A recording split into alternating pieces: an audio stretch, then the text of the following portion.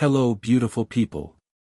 Welcome to Eldritch Potter. In today's episode, we explore, what if baby Harry stumbled into Gringotts barely breathing at age 4 and ancient magic revealed Dumbledore planned his death. Hit like, subscribe, and join our community of story lovers. Let's begin. Chapter 1, The Vault Beneath Everything. The thing about Diagon Alley at 3 in the morning was that it wasn't empty. It just looked empty.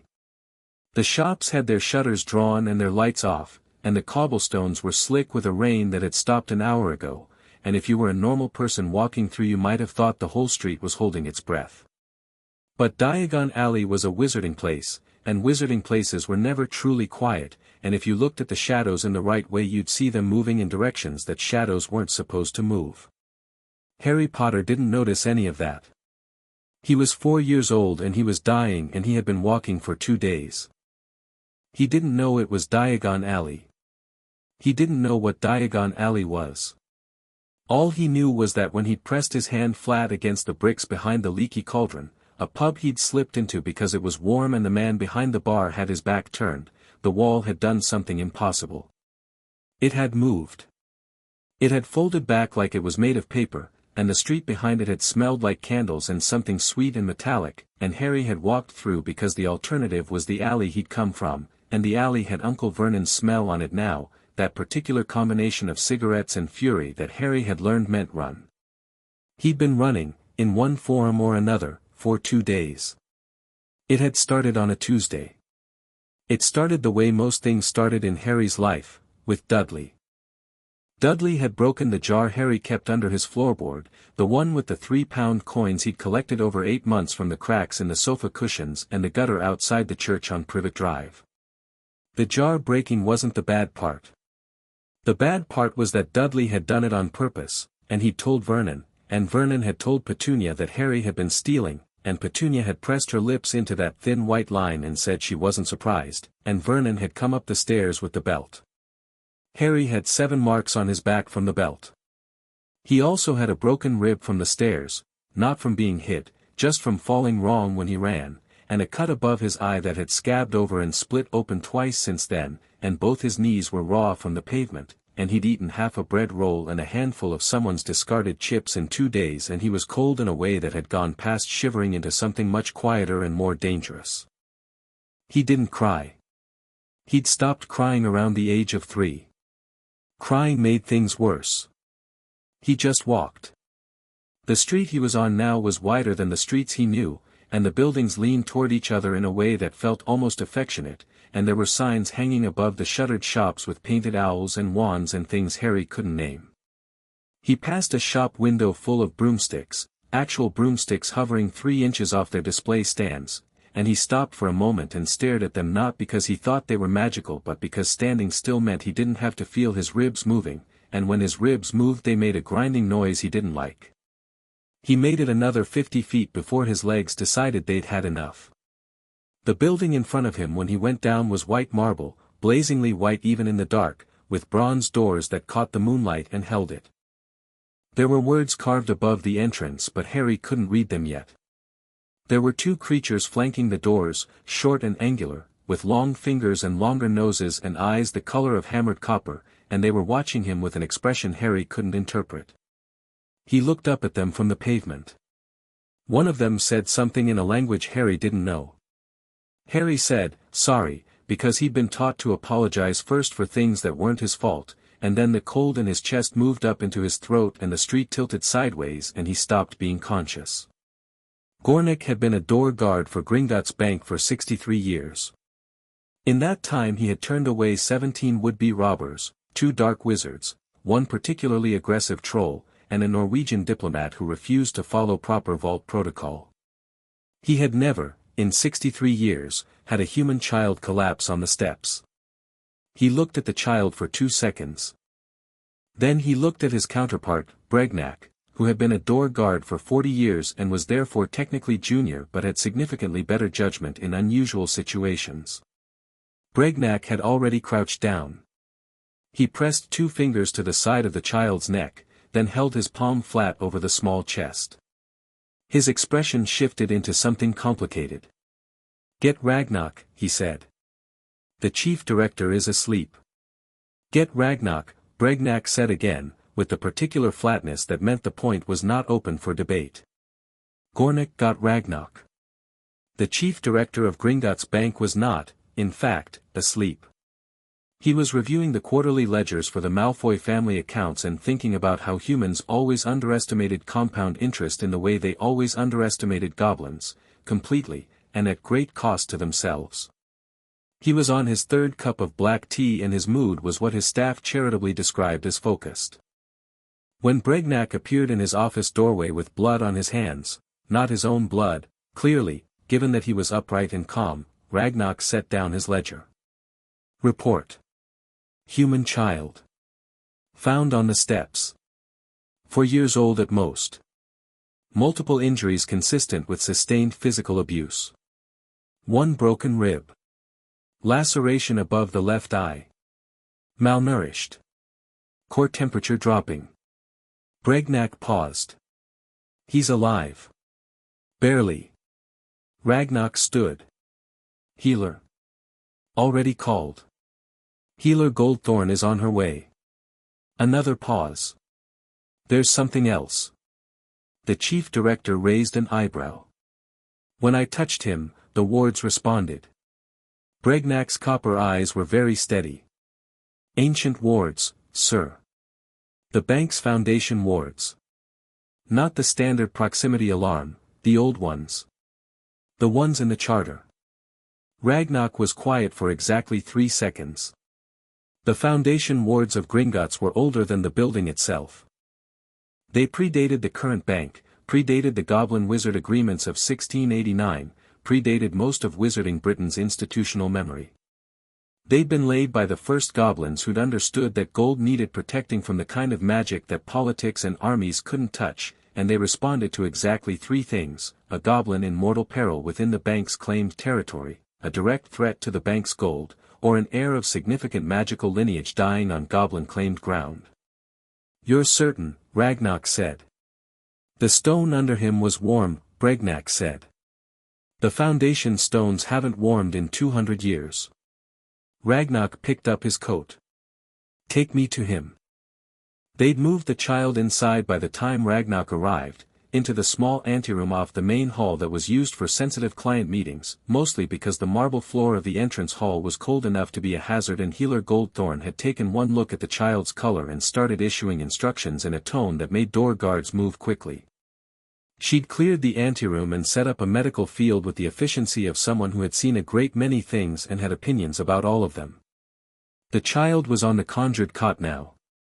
Clean, mostly. Goldthorn had dealt with the blood from the head wound and the worst of the street grime, and impossibly small in a way that made even the goblins, who were not large creatures themselves, feel something complicated.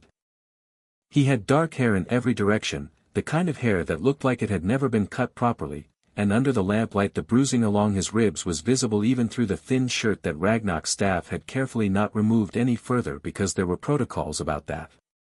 His face was angular the way underfed children's faces were angular, all forehead and cheekbones, none of the roundness that should have been there at 4 years old, but there was something in the bone structure that Ragnock's very experienced eye catalogued immediately. He looked like James Potter. He looked exactly like James Potter, 30 years younger. Ragnock said nothing. He crossed to the cot and crouched down, which put him approximately at eye level with the cot's surface, and he studied the child's face for a long moment. Goldthorn, he said. What's the prognosis? Broken rib, a hairline fracture, not a full break, the lung isn't compromised. The laceration is clean, it'll scar without treatment, but the treatment is simple. Malnourishment is the real problem. Whoever's been feeding him has been doing it on the minimum side of survival. If he'd been out another 12 hours in these temperatures, she stopped. Goblins didn't need that sentence finished. He'll survive. With treatment. Yes. Goldthorn looked at the chief director with an expression that was not soft but was very serious. I'll need to do a full assessment. There are older injuries. Healed ones. The bones show previous fractures. The anteroom was quiet. Begin the assessment, Ragnock said. Full documentation. Every injury, every date you can estimate, every sign. He straightened. And I need the blood right materials. Goldthorn's eyes sharpened. You're invoking the charter. The Foundation wards activated when he touched the steps. The charter is already invoked. I'm just making it official. Ragnarok looked at the sleeping child. I want to know who he is and what he's carrying before he wakes up. If I'm right about whose son this is, we are going to need to know everything. The ancient blood rite was not performed often. Gringotts had the legal authority to perform it under the Charter of 1289, one of the oldest documents in Wizarding Britain, predating the Ministry, predating the Wisengamot, predating the International Confederation of Wizards, and it required the presence of the chief director, a healer, 2 witness goblins, a blood scholar, and a basin carved from a single piece of Gringotts' own vault stone. The basin was the color of midnight. It had been in the bank for 600 years and it had never cracked. The rite itself was simple on the surface. A single drop of blood, taken cleanly, with consent when the subject was conscious, by proxy authorization under the charter when they were not, fell into the basin, and the basin told you the truth. Not the truth as the wizarding world understood truth, which was heavily dependent on who was speaking and how much gold they had. The basin's truth was older and less polite. It showed lineage, inheritance, and all magical bindings active on the individual, every charm, every compulsion, every ward that had been laid on the blood. Every secret. Ragnarok stood with his hands behind his back while healer Goldthorn took the blood. The child didn't stir. The blood fell into the basin. For 3 seconds, nothing happened. Then the basin lit up like a sun. Not metaphorically, actual light, white gold and searing, poured up from the basin's surface and hit the ceiling and the walls, and the goblins had to shield their eyes, every one of them, and the light took on shape as it spread, lines and nodes and networks of connections spiraling outward like a family tree drawn by something that understood time differently than humans did. Names appeared in the air in the old script, not English, not Latin, the older language that the goblins used in their deepest vaults, and Ragnarok read them as they appeared, and his expression, which was always controlled, went through several things in rapid succession. The blood scholar, a very old goblin named Krethik who had performed 43 blood rites and been surprised by precisely none of them, made a sound. Chief Director, Krethik said. I see it. The lineage alone, I see it, Krethik. The lineage was extraordinary. Potter line on the father's side, ancient, deep, with roots that wound back through Peveril and further still, into lines of magic that most humans thought were myth.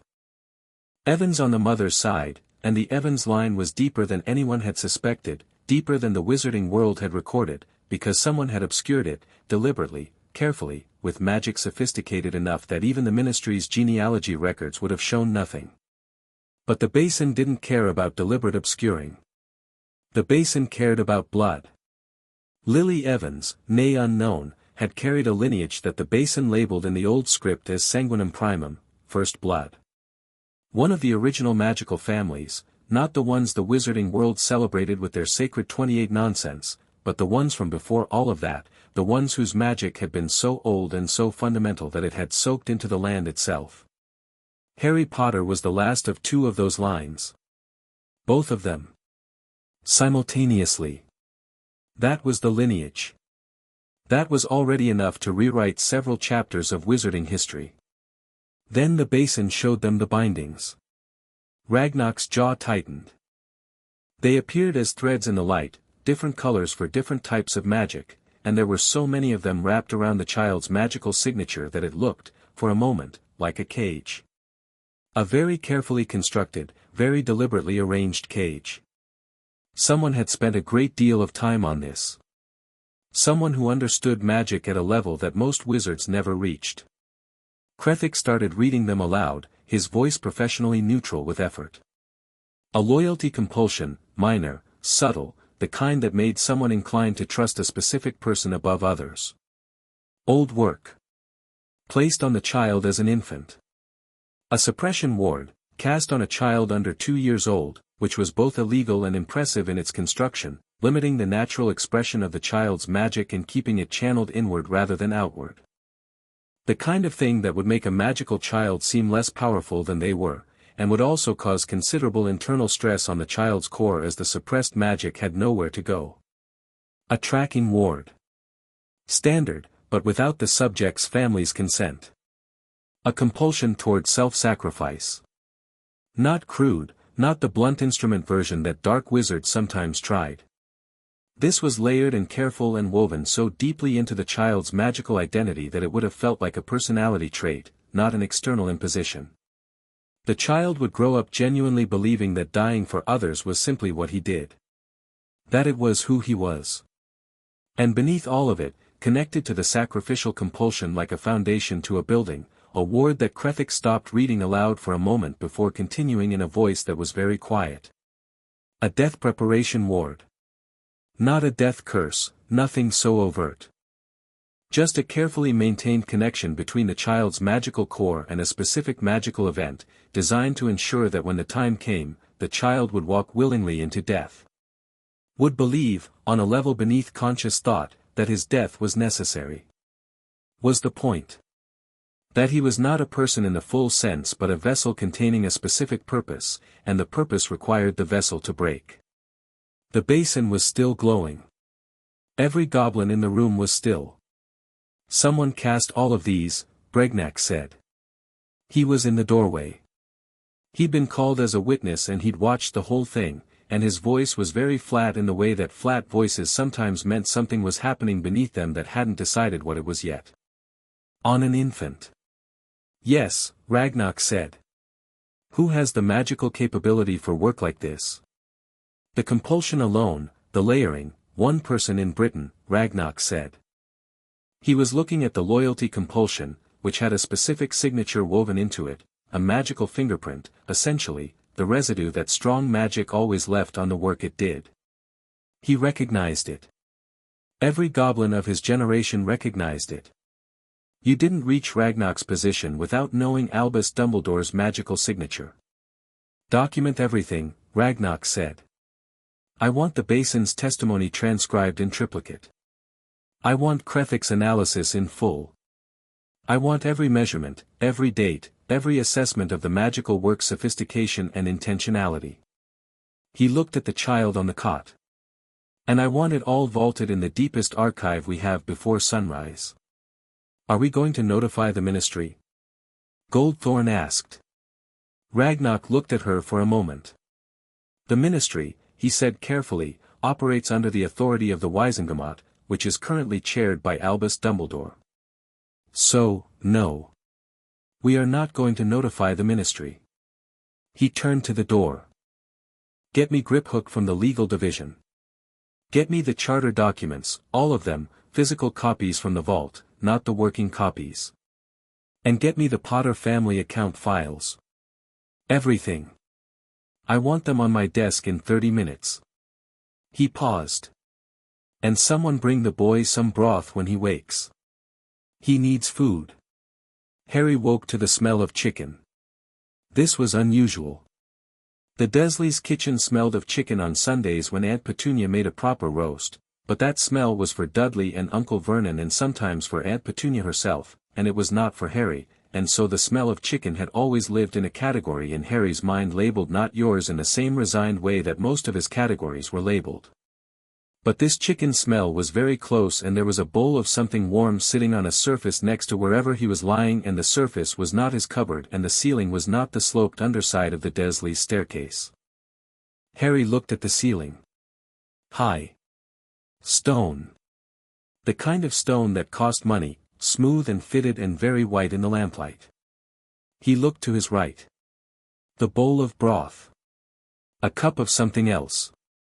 A small plate with bread on it. He looked to his left. A goblin. Harry had no idea what a goblin was. He looked at it with the careful neutrality of a child who had learned that showing surprise or fear sometimes made things worse.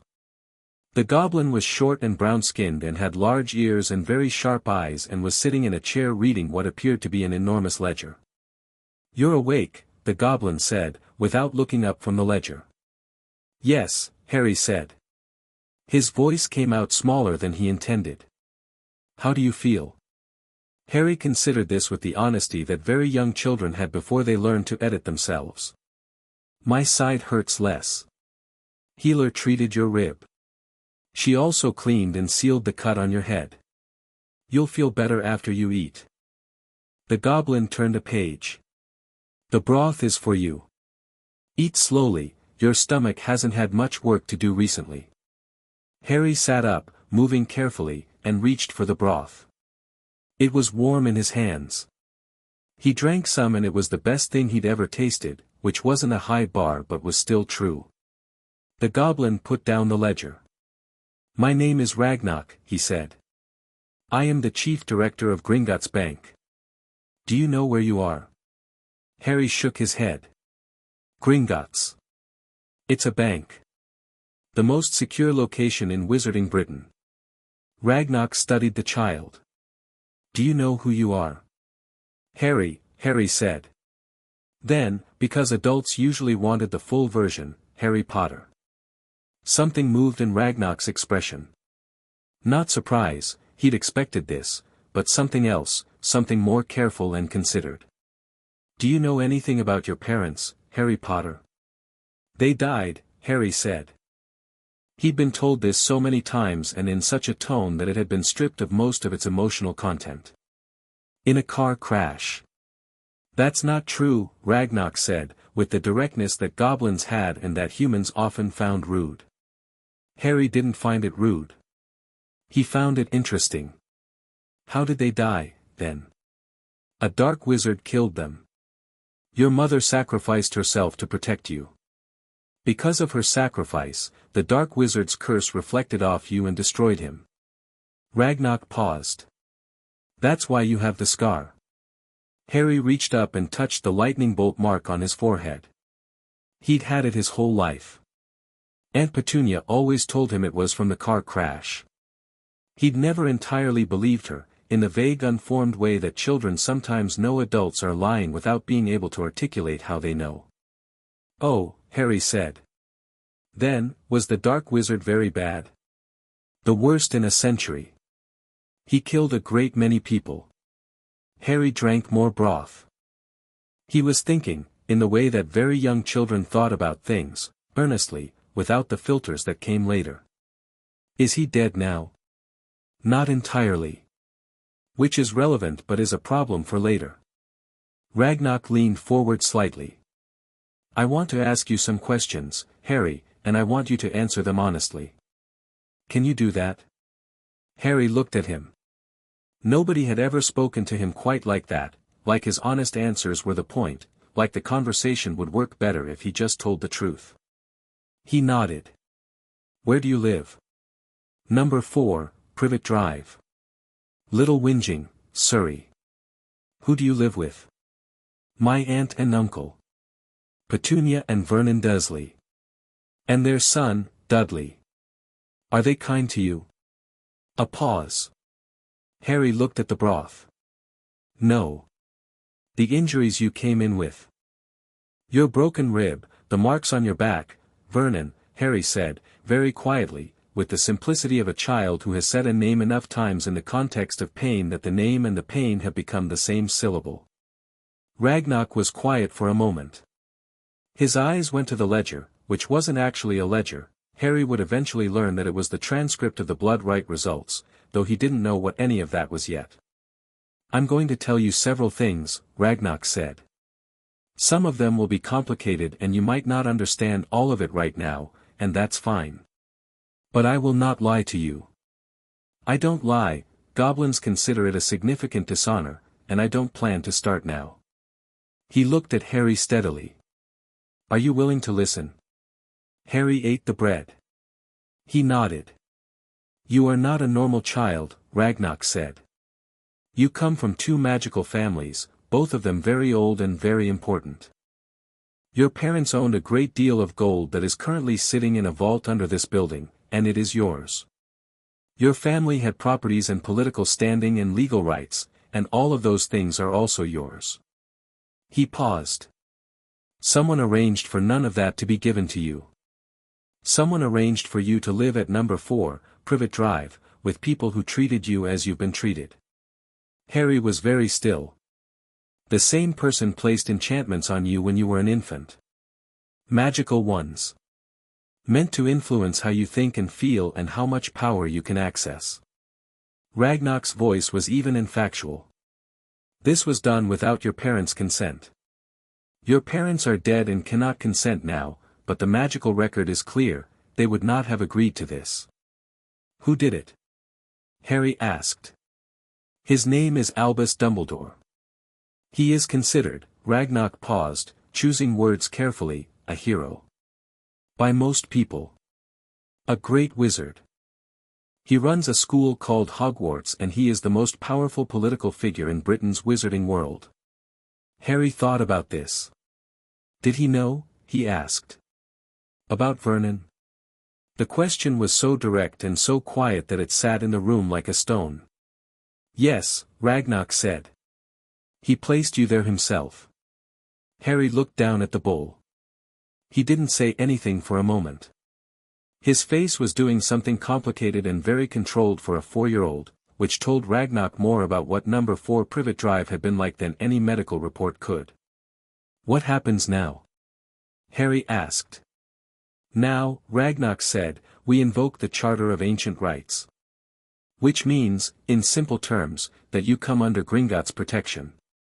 Which means, and here there was something in the chief director's expression that wasn't quite a smile but was in the same neighborhood, that no one, including Albus Dumbledore, can touch you without going through us first. And then? And then we remove the enchantments from your magic, return your inheritance to you, and begin the process of making it formally, legally, and very publicly impossible for anyone to do to you what has been done to you. Ragnar stood. He was not much taller standing than sitting. This will be complicated and somewhat dangerous and there are a great many powerful people who will not be pleased. Harry looked up at him. Are you pleased? Ragnar considered the question. I am, he said, professionally motivated. What does that mean? It means that what has been done to you is an offense against laws older than most of the institutions in Britain, and there is nothing a goblin likes more than the application of very old laws to very powerful people who thought those laws no longer applied to them. Harry considered this. Something in him, something that had been held very tightly for 2 days, or maybe for 4 years, eased, just slightly. Not enough to trust. Enough to continue. Can I have more broth? He asked. Ragnar sent for more broth. The Goblin Legal Division of Gringotts occupied 3 floors beneath the main banking hall and had been in continuous operation since the bank's founding. It was staffed by goblins who had devoted their entire long lives to understanding both goblin law and human law with the specific goal of identifying every point where the two intersected and every point where goblin law superseded human law, and there were more of those points than most wizards realized. Griphook was 50 years into his legal career, which made him relatively young by goblin standards, and he had what his colleagues called an appetite for the interesting case. He'd been awake for an hour by the time Ragnar reached his office, because word traveled in Gringotts the way water traveled downhill, quickly and to every available space. I've already started, Griphook said, before Ragnar could speak. He had 17 scrolls open on his desk and was making notes on an 18th. The charter is clear on wardship. Once the Foundation wards activate, the bank's obligation is unambiguous. We can challenge any guardianship arrangement made without proper legal. It wasn't made with any legal arrangement, Ragnar said, sitting down across from him.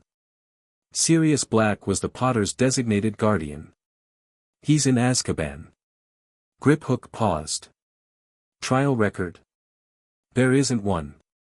The scratching of Griphook's quill stopped.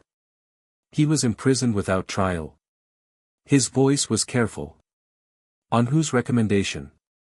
Ragnar laid a single piece of parchment on the desk. It was a copy, the original was in the deepest archive, but it was a clear copy, showing a letter on Ministry of Magic letterhead, dated November 2, 1981, signed by Cornelius Fudge as Junior Minister for Magical Accidents and Catastrophes, recommending the immediate incarceration of Sirius Orion Black as a known Death Eater and suspected accomplice in the murders of James and Lily Potter. At the bottom, in the familiar backward-slanting cursive that had graced so many letters, proclamations, and historical documents, was Albus Dumbledore's signature as Chief Warlock of the Wizengamot. Griphook looked at it for a long time. "So," he said. "So," Ragnarok agreed. "The boy's legal guardian is in Azkaban without a trial on the recommendation of the same man who placed illegal enchantments on the boy and arranged for him to be given to known hostile non-magical relatives. Griphook was making notes at speed. Who also removed the boy's access to his inheritance and kept no formal accounting of the Potter estate's management." "No accounting," Ragnarok confirmed.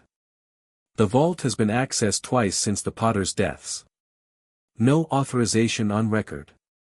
Griphook set down his quill. He looked up at Ragnarok with the expression of a goblin who had spent 50 years waiting for a case interesting enough to justify all the preparation. "We're going to need more scrolls." "Significantly more," Ragnarok agreed. "And we should probably send a message to Augusta Longbottom." Ragnarok raised an eyebrow. "She's been building a case against Dumbledore's Wizengamot influence for 3 years, Griphook said. "She doesn't have anything she can use yet. She will find what we have very relevant." He picked up his quill again.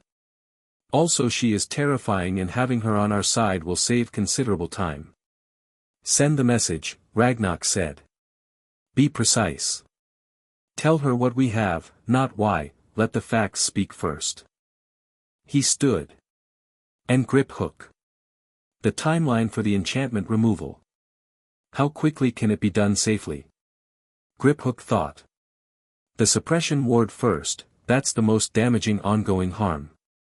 A week to map it correctly, then the removal. The compulsion and the tracking are simpler but the sacrificial one," he shook his head. "That one has roots. It's going to take time. Maybe months. We'd need a specialist. Find the best one. It will be expensive. It will be paid from the Potter Vault," Ragnarok said, "which currently holds approximately 6 million galleons plus the accumulated interest from multiple properties and investments that have been sitting without management for 3 years. He paused at the door. "Send me the full accounting of what's been removed from that vault. I want the numbers." "You're planning to file a theft charge." "I'm planning to file 17 theft charges," Ragnarok said pleasantly. "Eventually. After we've done the more important things first." He went back up to the anteroom, where Harry Potter had fallen asleep again with his head on the pillow and one small hand still loosely curled around the empty bowl of broth. Ragnarok looked at him for a moment. The basin's light had done something unusual at the very end of the blood rite, something that hadn't made it into Krethik's official report yet because Krethik was still working out how to characterize it. After all the bindings had been catalogued and the lineage had been traced, the light had continued for an extra minute, pulsing in a slow rhythm, and it had shaped itself into something that Ragnarok had only read about once in the oldest of the bank's records. The shape of a magical signature that the old texts called Dominus Magici, Master of Magic, which the scholars insisted was metaphorical and not literal. The basin disagreed. Ragnarok pulled the blanket up over the child's shoulders. Whatever Albus Dumbledore had planned for Harry Potter, it had involved a child who was manageable. Frightened. Weakened by years of neglect and carefully maintained powerlessness, grateful for any kindness, conditioned to self-sacrifice, and unable to access the full depth of what his bloodline carried. That was the weapon Dumbledore had been building. What the basin had shown Ragnarok was something else entirely. Ragnarok was, as he had told the child, professionally motivated.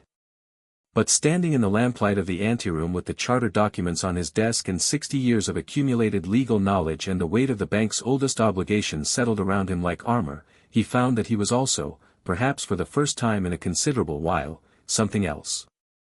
He was, quietly and without sentimentality, on someone's side. "Sleep," he said, to the sleeping child. "You have a great deal to do. But not tonight." He turned off the lamp. The foundation stones under the anteroom were still faintly warm. Across Britain, in his office at Hogwarts, Albus Dumbledore felt something shift. He couldn't have said what it was, just a subtle alteration in the background hum of the enchantments he maintained, so many of them, woven so carefully across so many years. Like a single thread in a vast tapestry moving out of alignment. He set down his glass of elderflower wine and reached out with his senses, the way he always did when something felt wrong, and found nothing. All his enchantments were intact. All his workings were in place. The small device on his desk that monitored Harry Potter's magical output was still ticking steadily, showing suppressed and stable, exactly as he'd designed. He picked up his wine again. In his long experience, a feeling of wrongness without a discernible cause usually meant something had changed in a way that his enchantments hadn't been designed to catch. But he'd been careful. He'd been so very careful. He'd planned this for years, and every contingency he'd considered had been addressed, and there was simply nothing, no person, no institution, no force in Britain, that could interfere with what he'd set in motion. He was almost completely right. He had forgotten about the foundation stones. He had forgotten about the basin. He had, in the way of very brilliant people who build very complete plans, forgotten that the things most likely to undo you are the things you never thought to account for, not your enemies, not the obvious threats, but the ancient neutral parties who have no stake in your vision of the greater good, who answer to laws older than your authority, and who find a 4-year-old boy dying on their steps at 3 in the morning. Dumbledore finished his wine. The enchantments kept ticking. The night stayed quiet. Beneath Diagon Alley, in a bed that was warm for the first time in a long time, Harry Potter slept without dreams. Chapter 2, What the Old Laws Say. The suppression ward came off on a Wednesday. Harry had been at Gringotts for 6 days by then, and in those 6 days he had eaten more food than he could remember eating in his entire life combined, which wasn't saying much but was saying something. He had a room, an actual room, not a cupboard, with a bed and a window that looked out onto a corridor lit by hanging lamps that burned with a blue-green light he found deeply satisfying to look at. The room had been a storage space for legal documents before Ragnarok had it cleared and furnished, and it still smelled faintly of old parchment, which Harry also liked. He had met Goldthorn 3 more times since the first night. She was brisk and thorough and spoke to him directly, which he appreciated. She'd explained what she was doing when she examined him, which no adult had ever done before, and when he'd asked questions she'd answered them without that particular adult hesitation that usually meant you shouldn't be asking that. She told him his rib would be fully healed in another week. She told him the cut above his eye would leave a scar regardless, too much time had passed before treatment. He'd shrugged and said he already had 1 scar and apparently it was important, so maybe scars were fine. Goldthorn had looked at him for a moment after that and then said, very carefully, that he was going to be all right. He'd believed her more than he'd believed most things adults said. Krethik, the blood scholar, had spent 2 full days explaining the blood rite results to Harry in terms a 4-year-old could process, with the patient specificity of someone who had realized that this particular 4-year-old was going to ask follow-up questions until he understood something fully, and that attempting to oversimplify would only produce more questions. By the end of the 2nd day, Harry understood that he had magic, that it had been blocked, that his family had been important, and that several things had been done to him without permission. Is being done something without permission bad? Harry asked, on the 2nd day. In this case, Krethik said, yes. Very. Because of the laws. Because of the laws, Krethik confirmed, and also because it was wrong. He paused. Those are sometimes different things. In this case they happen to align. Harry thought about this. Good, he said. The morning of the ward removal, Ragnarok came to Harry's room himself and explained the process. It would feel strange, he said. Like something loosening that had been tight for so long that tight had started to feel like normal. It might be uncomfortable. It would not hurt. Afterward Harry's magic would begin to express more freely, which meant there might be some accidental incidents in the first few days while his core adjusted. What kind of incidents? Harry asked. Things moving. Lights flickering. Temperature changes. Ragnar considered. You've likely already been having incidents like this your whole life. Harry thought of the incident last year when Dudley had cornered him against the garden wall and Harry had been so frightened that the garden hose had turned itself on and soaked Dudley completely, and another time when he'd been locked in the cupboard for 3 days and the lock had simply fallen off. He'd always thought those were coincidences. A few, he said. After today there will be more. And they will be stronger. Ragnar looked at him steadily. Don't be frightened of them. They're yours. The removal happened in one of the lower chambers, with Krethik and 2 other specialist goblins Harry didn't know yet, and it took 4 hours. Harry sat in a chair in the center of a circle inscribed in the floor and the goblins worked around him, and mostly it was boring in the way that medical things were boring, waiting in stillness and trying not to move, but toward the end, when the suppression ward came free, Harry felt it. It was like, he thought about it afterward and the best he could come up with was like being underwater for your whole life and suddenly being allowed to breathe. Not drowning, because he hadn't known he was in water. Just the sudden understanding of what air felt like, and with it the understanding of how little of it he'd been getting. His magic, released from the ward, spread outward like light from an open door. Every lamp in the chamber blazed brilliant gold for 3 seconds. The inscribed circle on the floor cracked clean down the middle. One of the specialist goblins said something in goblin language that Harry didn't understand but that sounded impressed.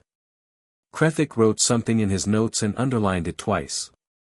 Ragnar, standing in the doorway, crossed his arms and said nothing, but the line of his shoulder said something, a small adjustment, like a soldier recognizing another soldier's rank. Is that normal? Harry asked, looking at the cracked floor. No, Ragnar said. Eat something. Augusta Longbottom arrived at Gringotts on Thursday morning at precisely 9 o'clock, which was when she'd said she would arrive, because Augusta Longbottom had never been late for anything in her life and was not going to start now. She was 70 years old and looked 60 and moved like 50 and had a mind that operated at an age that had no corresponding number on any human scale. She wore green robes and a hat with a stuffed bird on it. The bird was a vulture, which most people found disconcerting and which was precisely why she wore it, and she carried a walking stick she didn't need, which was a habit she'd maintained since her husband's death because it gave her something to put in her hand when she was thinking. She'd been thinking a great deal since Griphook's message. She was escorted to Ragnar's office by a junior goblin who moved quickly enough that it was almost a run without technically being one. Augusta kept pace easily. She'd climbed the Alps twice. She was not troubled by stairs. Ragnar was behind his desk when she arrived. The office was large by goblin standards and modest by human standards, and it was full of books and documents and 3 locked cabinets that Augusta spent exactly 2 seconds cataloging before returning her attention to the chief director. Director Ragnar, she said. Madam Longbottom. He gestured to the chair across from him. Please sit. She sat, settling her walking stick across her knees. Your message was precise. The facts you've outlined are significant. They are. I want to see them. Her voice was not a request.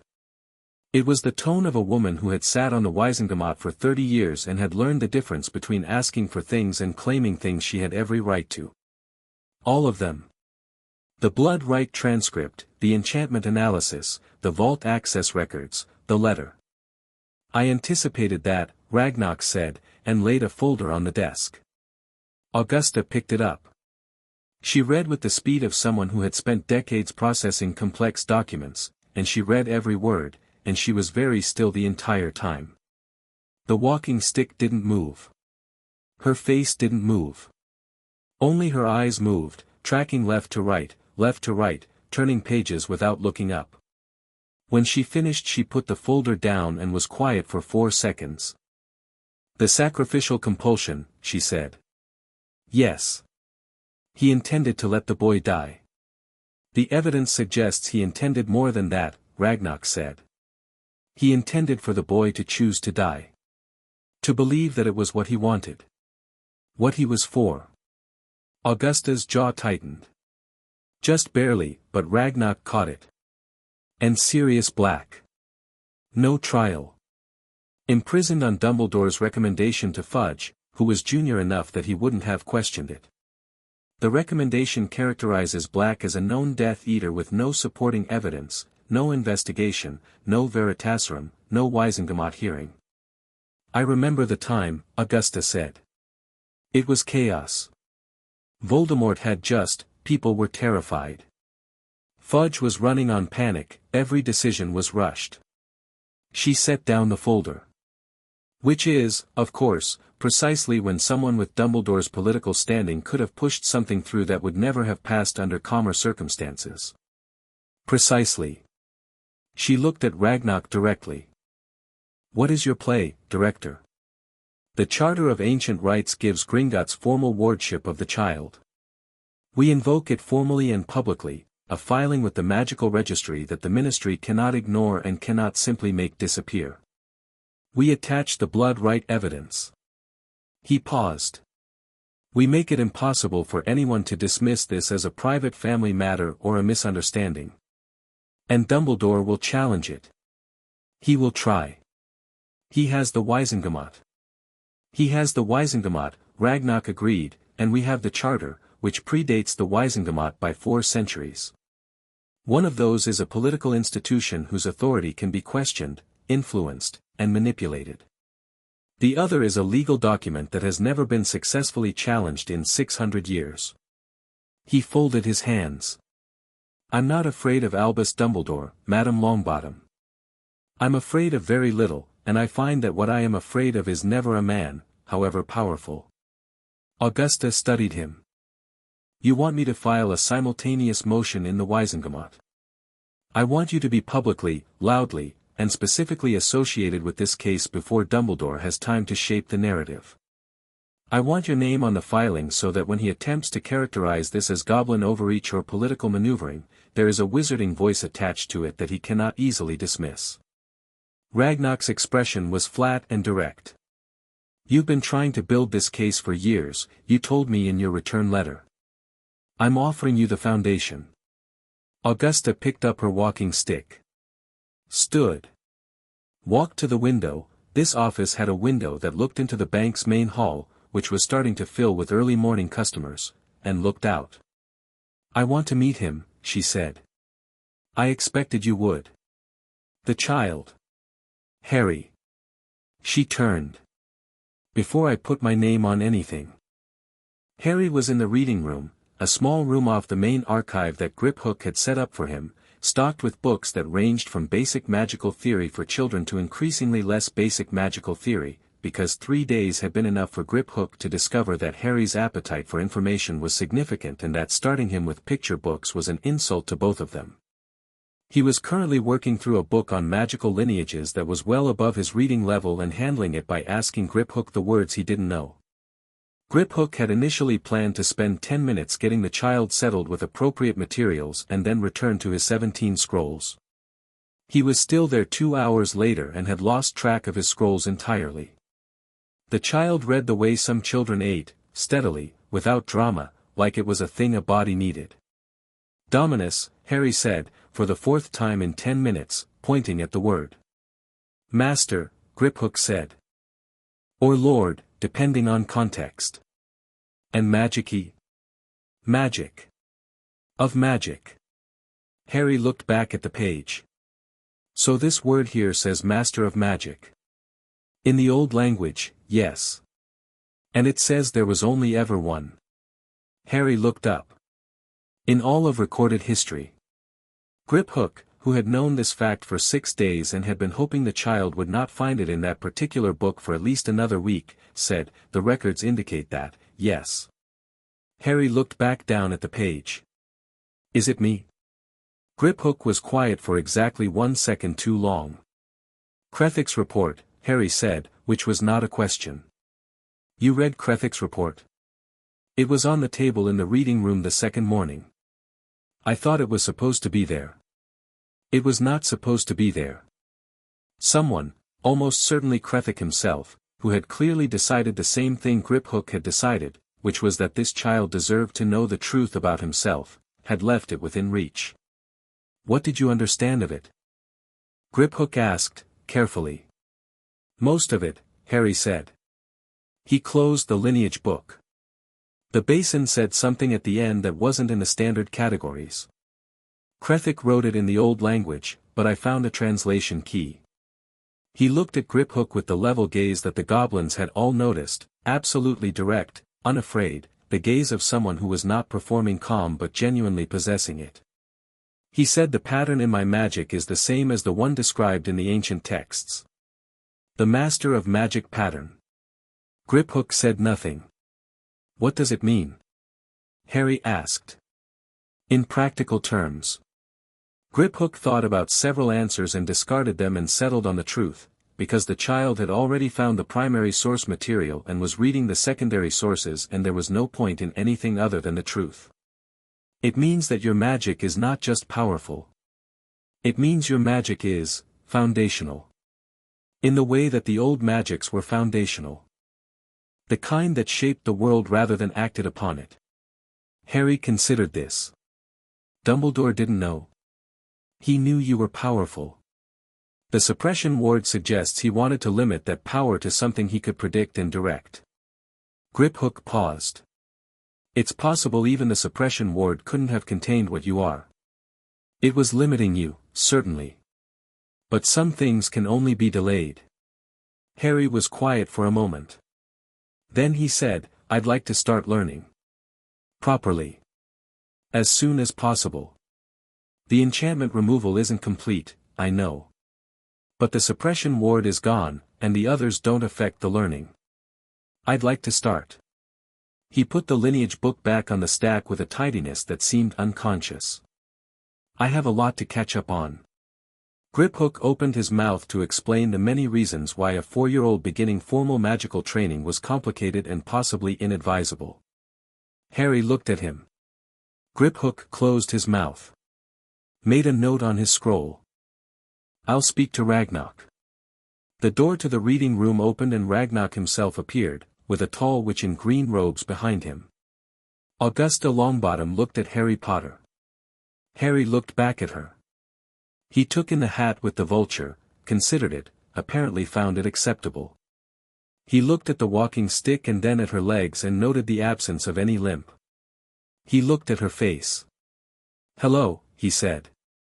Hello, Augusta said. Her voice was brisk in a way that some people found cold and that Harry, who had grown up with Petunia's cold, understood was a completely different temperature. This was the briskness of someone who had no time for pretense, not someone who had no feeling. He'd learned the difference. Are you going to help? He asked. That depends, Augusta said, coming fully into the room and sitting down across from him with the walking stick across her knees, on whether you're worth helping. Ragnarok made a sound in the doorway that might have been a cough. Harry looked at Augusta steadily. I think that's a reasonable thing to say, he said. How will you decide? Something shifted in Augusta's face, a fractional softening, very brief. I already have, she said. I decided when I read the blood rite report. She set her hands on the top of the walking stick. What I said was rude. I apologize. You are clearly worth helping. Thank you for apologizing, Harry said, with the sincerity of a child who had rarely received one. I'm not very good at apologies yet. I'm trying to learn.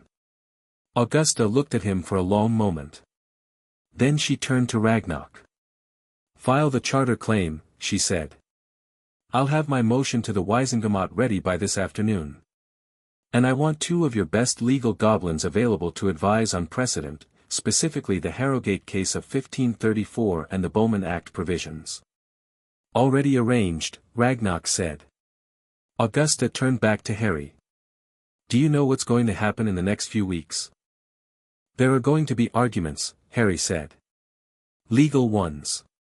Because of the things that were done to me and to my family. And people are going to be angry because it affects important people.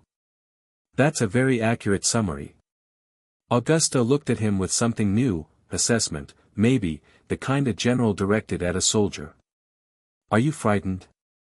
Harry thought about it honestly. No, he said. I was frightened at Vernon's house. This is different. Augusta nodded. She appeared to be making a decision. I have a grandson, she said. He's your age. His name is Neville. He lost his parents as well, not to death, but they were attacked by Death Eaters and can no longer. She stopped. He could use a friend. And you could use someone who isn't a goblin and isn't a lawyer. She looked at him with the particular challenge of someone offering something they're not sure how to offer. If you're interested. Harry was quiet for a moment. He had never had a friend. He had Dudley, who was his cousin and his enemy, which wasn't the same thing at all. Yes, he said. I'd like that. The owl from Gringotts arrived at Hogwarts at 11 in the morning, which meant it had been sent just after sunrise, which meant Ragnarok had done it as his first act of official business for the day, which told Dumbledore a great deal about the Goblin's priorities. He read the letter 3 times. The letter was a formal notification, written in the precise and elaborate legal language that Goblin documents used, which Dumbledore was fluent in. He was fluent in most things, and which left absolutely no room for ambiguity. Gringotts Bank, under the authority of the Charter of Ancient Rites, had taken formal wardship of Harry James Potter, heir to the Potter and Black family lines, under the Charter's provision for magical heirs found dying on Goblin-claimed territory. The wardship was registered with the Magical Registry as of midnight, 7 days prior. The filing was attached. The blood right documentation was referenced. A legal challenge to any existing guardianship arrangements was in process. Enclosed was a second letter. This one was from the Wisengamot office, attached to a formal motion filed by Augusta Longbottom, requesting a full Wisengamot hearing into the circumstances of Harry Potter's guardianship and the imprisonment of Sirius Orain Black. Dumbledore set both letters down. He looked out of his office window at the grounds of Hogwarts, which were lit with the pale gold of early autumn, and he was quiet for a long time. His mind was moving through the situation with the comprehensive speed that had made him the most politically effective wizard of his generation, finding the angles, the leverage points, the ways to shape this. The Charter was the problem. He'd known about the Charter his entire life and had never considered it a threat because the Foundation wards had never activated in recorded memory, and the probability of a child dying on Gringotts steps was so small as to be functionally impossible. He had not planned for the impossible. His enchantments were still in place. The tracking ward showed Harry at Gringotts, stable, alive. The suppression ward, he checked, and stopped. The suppression ward was gone. Dumbledore closed his eyes for exactly 3 seconds. Then he opened them and reached for his fire powder. The Floo connection to Gringotts was a formal one, requiring permission from the bank side to activate, and when Dumbledore's head appeared in the grate in the anteroom, the goblin on duty simply looked at him and went to get Ragnarok without comment. Ragnarok arrived in 2 minutes. He sat down in the chair across from the grate and looked at Dumbledore's face in the fire with the specific expression of someone who has been preparing for an argument for a week. "Director Ragnarok," Dumbledore said. His voice was exactly what it always was, warm, measured, carrying the particular frequency of authority that had moved governments and armies. "I believe we should talk." "We are talking," Ragnarok said. "About the child. About the legal situation, yes." Ragnarok crossed his hands on his knee. "Which is straightforward. The Charter has been invoked. The filing is registered. The wardship is active." "The wardship is premature," Dumbledore said, with that gentle firmness. "Harry is the subject of a protection scheme that has been carefully designed for his safety. The enchantments you've removed were not, they were not what the blood rite may have characterized them as. Context is, the blood rite has no context function," Ragnarok said pleasantly. "It has a truth function. They're different." A pause. "The boy is 4 years old. He is in a bank. Whatever good intentions you may have, Ragnarok, Director Ragnarok." Another pause. Ragnarok watched Dumbledore recalibrate. The man was too intelligent to respond to small challenges with anything but grace. It was one of the things that made him dangerous. He never lost his temper. Director Ragnarok, Dumbledore corrected, with exactly the right degree of deference. Harry's safety is paramount. His presence in Gringotts, while I'm grateful he received care, is not a long-term solution. There are blood protections at the Dursley home.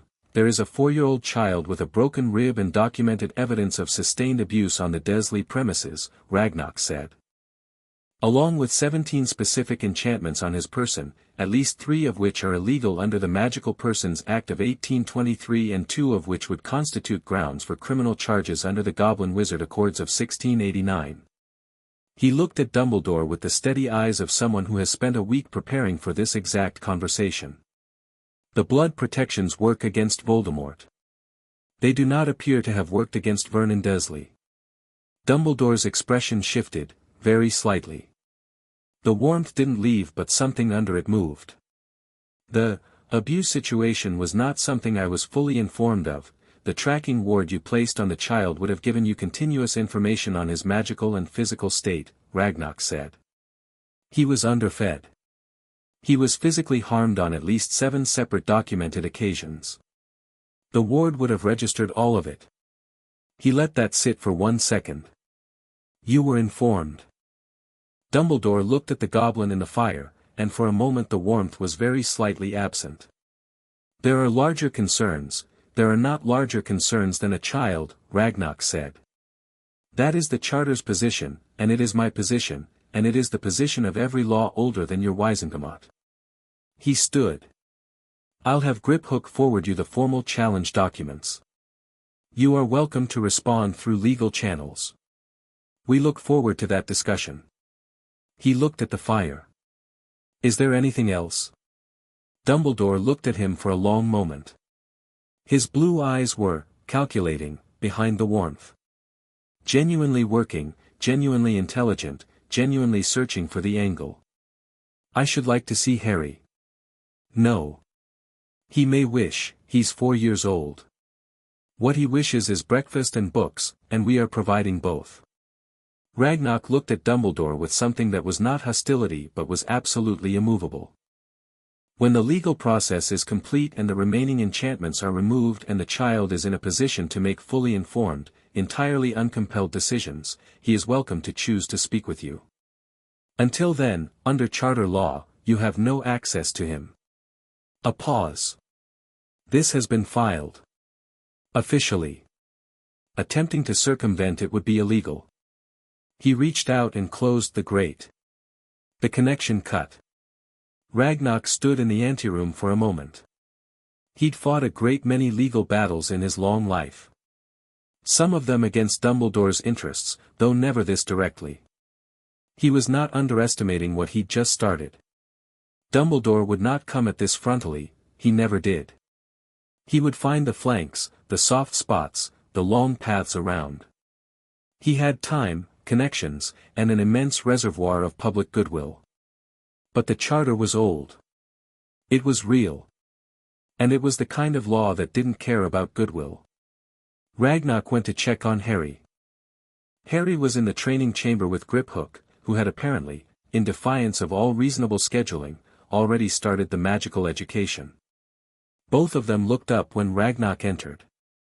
He asked very nicely, Griphook said, in a tone that suggested he was not entirely sure what had happened. Harry was sitting cross-legged on the floor. In front of him, floating at approximately eye level, was a stone the size of a fist. Just floating there. Steady and still, in the calm air of the chamber. It had been floating for 40 minutes.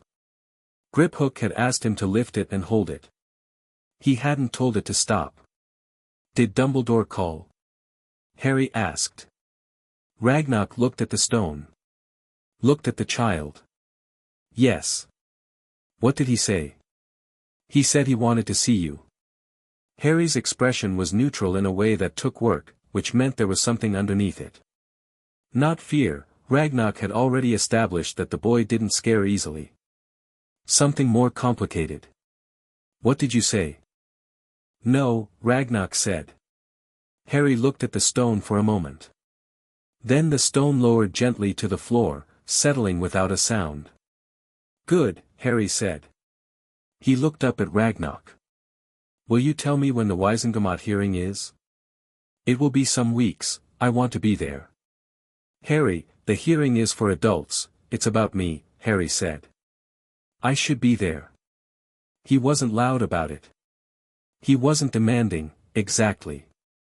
He just stated it in the tone of someone pointing out a fact that ought to be obvious. "It's about my family and my money and what was done to me. I should be there." Ragnarok considered this. It would be irregular. Is irregular illegal? No. Under charter wardship, you have the right to be present at any legal proceeding pertaining to your, then I should be there. Harry picked up the stone, turned it in his hands, put it back on the floor. "I won't cause trouble. I just want to see." Ragnarok looked at Griphook, who made a small gesture that meant approximately "I told you, this is what he's like." "We'll discuss it," Ragnarok said. "That means yes," Harry said, without looking up. It did, in fact, mean yes. The Wisengamot hearing was set for 3 weeks out, and in those 3 weeks several things happened in rapid succession. The Ministry of Magic received the charter filing and sent 3 increasingly urgent letters to Gringotts, each one escalating in authority, first from a junior clerk, then from the Department of Magical Law Enforcement, then from the minister himself, who was currently a nervous man named Millicent Bagnold who had been navigating the post-Voldemort political landscape for 3 years with the energy of someone diffusing one explosion at a time. Ragnarok responded to each letter with the same document, which was the charter itself, with the relevant provisions highlighted. The ministry's legal team consulted the charter. Then consulted their own senior lawyers. Then went very quiet for a week. Sirius Black's file was formally requested from Azkaban by the Gringotts legal team under a provision of the Goblin Wizard Accords that allowed goblin representation of imprisoned wizards in matters pertaining to accounts and estates. The file arrived in 4 days. It was, as Ragnarok had known it would be, entirely bare, no trial transcript, no evidence record, no official conviction. Just a transfer order and Dumbledore's letter. Griphook filed the wrongful imprisonment challenge the same day. Word started, inevitably, to circulate. Not full details, Ragnarok had been careful about what was officially released versus what was in the sealed legal filings, but enough. Enough that people in the ministry who had spent 3 years trying not to think about the things that had happened in the chaos of Voldemort's fall were suddenly thinking about them. Enough that the name Harry Potter, which most of the wizarding world had spent 3 years regarding with a kind of superstitious reverence, became attached to words like abuse and illegal enchantments in whispered conversations behind closed doors.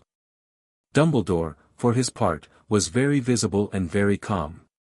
He gave 2 interviews to the Daily Prophet about the importance of trust and due process. He made several public appearances at the ministry in which he was warm and dignified and subtly positioned himself as a man who welcomed scrutiny because he had nothing to hide. He was very good at this. He had been doing it for 60 years. His private actions were harder to track, but Ragnarok had people in places that would have surprised him. Harry, in Gringotts, was learning. The magical education that Griphook had started and that 3 other goblins quickly joined was not formal schooling in any human sense. There was no curriculum, no lesson plan in the traditional way, no arbitrary structure imposed on what was covered and when.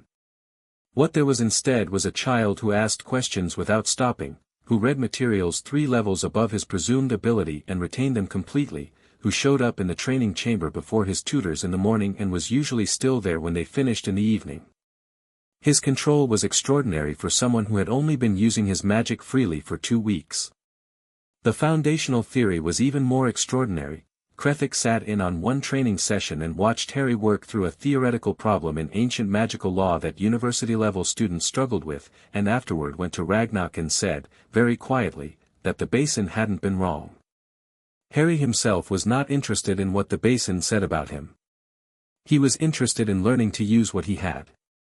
The distinction felt important. In the evenings, Augusta Longbottom came twice a week. She brought Neville. Neville Longbottom was a round-faced boy with his grandmother's directness and a shyness that lived specifically in new situations before he got used to them, at which point it left entirely. He had a small cactus in a pot that he carried everywhere, which he'd named Graham, and he showed it to Harry on the first visit with the urgency of someone presenting credentials.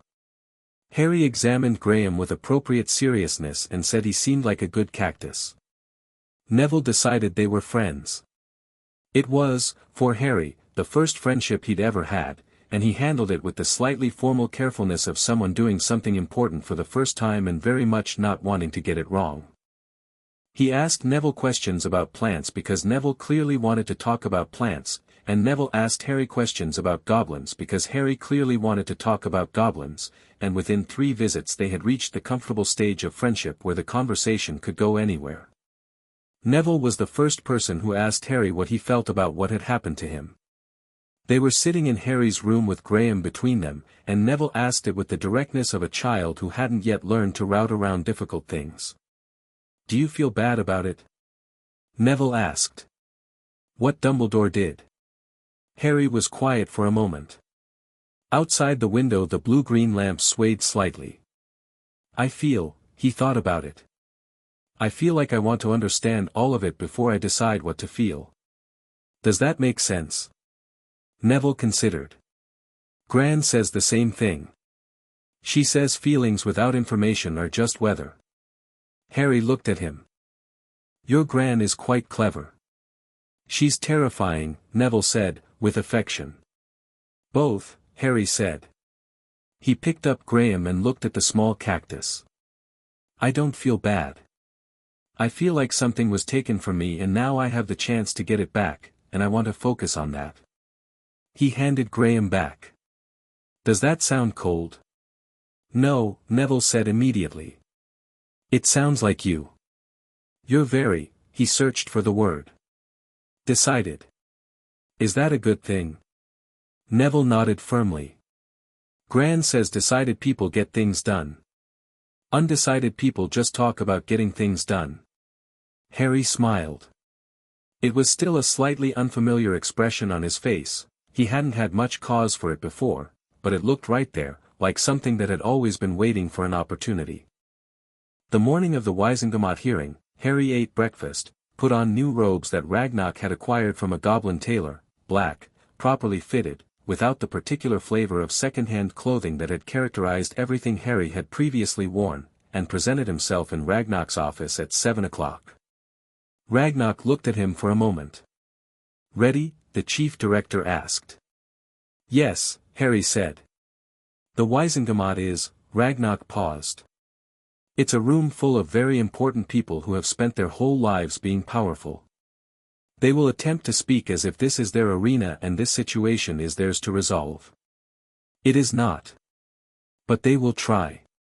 "I know," Harry said. "You'll be sitting with Augusta and Griphook and me. You don't have to speak unless you choose to." "What if I choose to?" "Then speak," Ragnarok said, without hesitation. Harry straightened his robes. 5 years old in 3 weeks.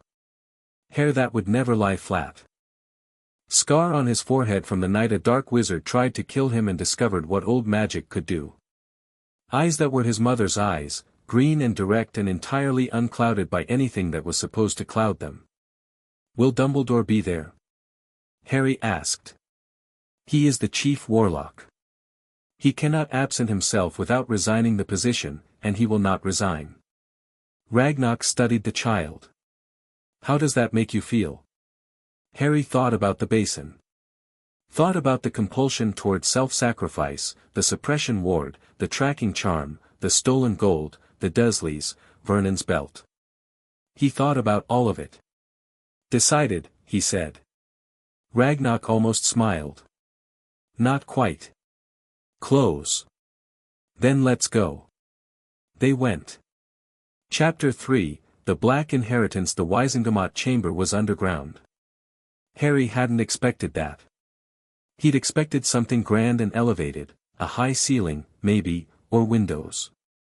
Instead it was a circular room 30 feet below the Ministry of Magic's main building, with tiered wooden benches rising on all sides like the inside of a barrel, lit by cold blue flames in iron brackets that cast everyone's face in the same unforgiving light. The floor at the center was stone. The chair in the center of the floor had chains on its arms, though the chains were currently still. There were 200 seats. Most of them were full. Harry walked in beside Ragnar and felt 200 people look at him simultaneously. He'd known they would look. He'd prepared for it. What he hadn't quite prepared for was the quality of the looking, not hostile exactly, more like the way you looked at something you'd heard a great deal about and were trying to reconcile with the reality in front of you. He was small. He was 5 years from 5. He had a scar and green eyes and black robes that fit him properly, which was still new enough to feel like armor. He didn't look down. He looked back. Griphook, walking on his other side, murmured, "The gallery to the left. Augusta's already there." Augusta Longbottom had taken her position at the legal gallery's front bench with the energy of someone planting a flag. She had the full green robes on, the vulture hat, a stack of documents that would have satisfied a solicitor's entire caseload, and an expression that dared anyone to sit within 3 feet of her without permission. When Harry sat down next to her, she glanced at him once, quick, assessing, and gave a short nod that meant good without meaning to mean anything at all. Neville wasn't here today. Augusta had explained that clearly. This was not a place for children, except that it had to be a place for Harry because Harry was the subject, and those were different things. Harry had understood. He missed having Neville there in the way you missed a specific weight in your pocket, not devastating, just noticeable. Ragnar took the seat on Harry's other side. Griphook spread his documents on the bench. The chamber murmured around them. Then Dumbledore walked in. He came through the main entrance at the chamber's head, and the murmur shifted, not louder but different, the way a crowd adjusted to a center of gravity. He was tall and old, and he wore purple robes that moved with the particular quality of robes that had been made by someone who understood what they were for. His silver hair was long and his half-moon glasses caught the blue light, and his face was precisely what it always was, warm, wise, slightly sorrowful in the way of people who have seen too much and accepted the burden of it. He looked at the legal gallery. He looked at Harry. His expression didn't change. The warmth didn't leave. His blue eyes, which were, Harry could see now, actually intelligent eyes, genuinely sharp under all the gentleness, moved from Harry's face to Ragnar's and then back, and he sat down in the chief warlock's chair at the chamber's head and picked up his gavel. Harry looked at him and felt the absence of something. He'd been trying to work out what he felt about Dumbledore for 3 weeks. Every time he thought about it carefully, without the emotional language of grievance, what he came up with was this: here was a man who had decided, from the beginning, that Harry was a problem to be managed. A means to an end. A weapon with a predetermined use. And the most interesting thing about that was not the anger it might have produced. The anger was there, but it was quiet, banked, useful, but the complete absence of any instinct to defer. To be impressed. To seek approval. He didn't want Dumbledore to like him. He wanted his family's gold back, and Sirius Black out of prison, and every single one of those enchantments removed from his magic permanently. One thing at a time. Dumbledore called the chamber to order. The hearing went for 4 hours. It went for 4 hours because the ministry's legal team had prepared a response to Gringotts' charter filing that was 60 pages long and attempted to argue, in essence, that the Charter of Ancient Rites applied only to goblins in the direct service of the bank, not to wizarding subjects found on goblin-claimed territory, and that the phrase, magical heir, in the Charter's wardship provision should be interpreted narrowly as meaning goblin lineage heirs specifically. Griphook's response took 40 minutes and was, in Harry's private assessment, one of the most satisfying things he'd ever witnessed. Griphook had clearly been waiting for someone to make that argument so he could dismantle it, and he dismantled it with the structured pleasure of someone who had built the counter-argument over 600 years of institutional preparation. The phrase in question appeared in 3 other charter provisions that the ministry's team had not addressed, each of which used it unambiguously to include wizarding subjects. The Harrogate case of 1534 had tested exactly this interpretation. The Bowman Act expressly referenced the Charter's authority over all magical persons. He had the primary documents. He had all the primary documents. The ministry's legal team sat down looking like people who had brought a knife to what turned out to be an artillery demonstration. Then Augusta stood. "The issue of the blood rite findings," she said, in the carrying voice of someone who had spent 30 years making sure rooms heard her, "is separate from the Charter wardship question and requires separate attention. The Wisengamot is being asked to consider the evidence of illegal enchantments placed on a minor." She produced a copy of the blood rite report. "I am entering this into the formal record." The chamber murmured. Loudly, this time. Dumbledore said, "The report has not been verified by ministry-approved methods. The blood rite is recognized under the Charter as primary legal evidence," Augusta said. "The Wisengamot's Charter of Operation, Section 14, Subsection 3, explicitly accepts Gringotts' blood rite findings as admissible. I refer the Chief Warlock to his own copy of the document he sits under." She paused. "Unless the Chief Warlock would like to revisit the Wisengamot's Charter as well." The silence that followed had a specific texture. The texture of 200 people recalculating something. Dumbledore looked at Augusta over his glasses. "Madam Longbottom," he said, with warmth, "I understand your concern.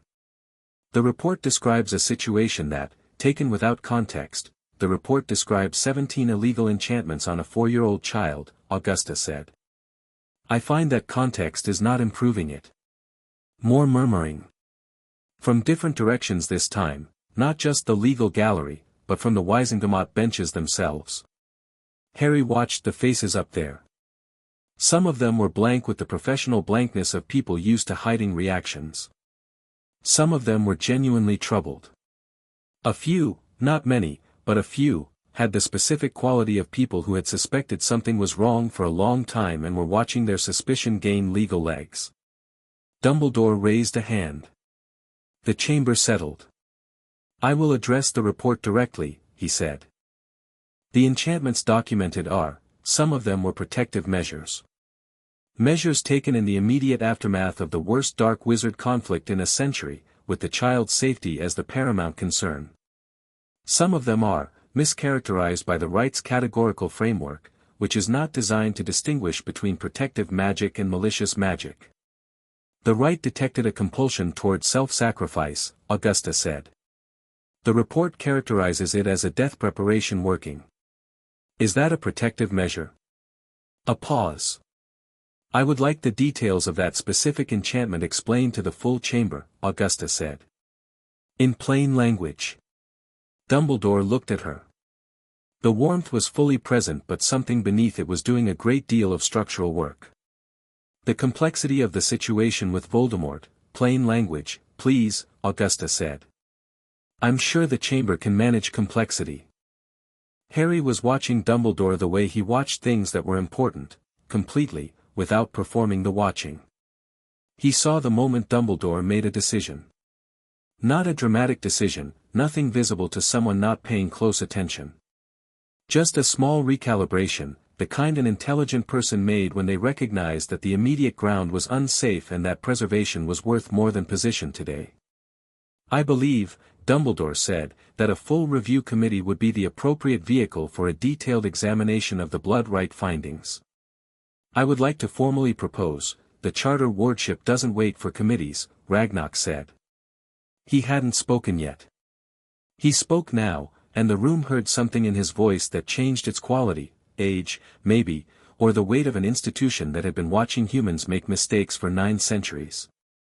"The wardship is active regardless of what committee the Wisengamot convenes. I am here today as a courtesy, not a petitioner." He looked at Dumbledore directly. "Harry Potter is under Gringotts' protection. That is not a question currently before this body. What is before this body is the matter of Sirius Orion Black." The chamber shifted again. The Sirius Black question was a different kind of problem, not just institutional, not just legal, but personally, specifically human. A man in Azkaban without a trial. Dumbledore said, carefully, Sirius Black was, imprisoned without trial on the recommendation of a letter signed by yourself, Ragnox said. Dated November 2, 1981. The letter is in the record. The absence of a trial is in the record. He let that sit. Gringotts is the executor of the Black family estate, among others. We have a direct legal interest in the disposition of the Black heir. We are formally requesting that the Wisengamot convene a trial for Sirius Black, a real trial, with evidence, with veritaserum, with proper process, within 30 days. Sirius Black is a convicted Death Eater, he is an imprisoned man with no conviction on record, Augusta said. The distinction is not minor. She turned to address the chamber directly, which was a power move of the First Order, bypassing Dumbledore to speak to the Wisengamot directly. I am filing a formal motion. I need a second. A pause. A long pause. Then, from the upper tier, a voice Harry didn't know said, seconded. He looked up. An older wizard, grey-bearded, who had the specific posture of someone who had made a decision and was committed to it regardless of consequences. Harry didn't know his name. He filed the face away. Dumbledore said nothing.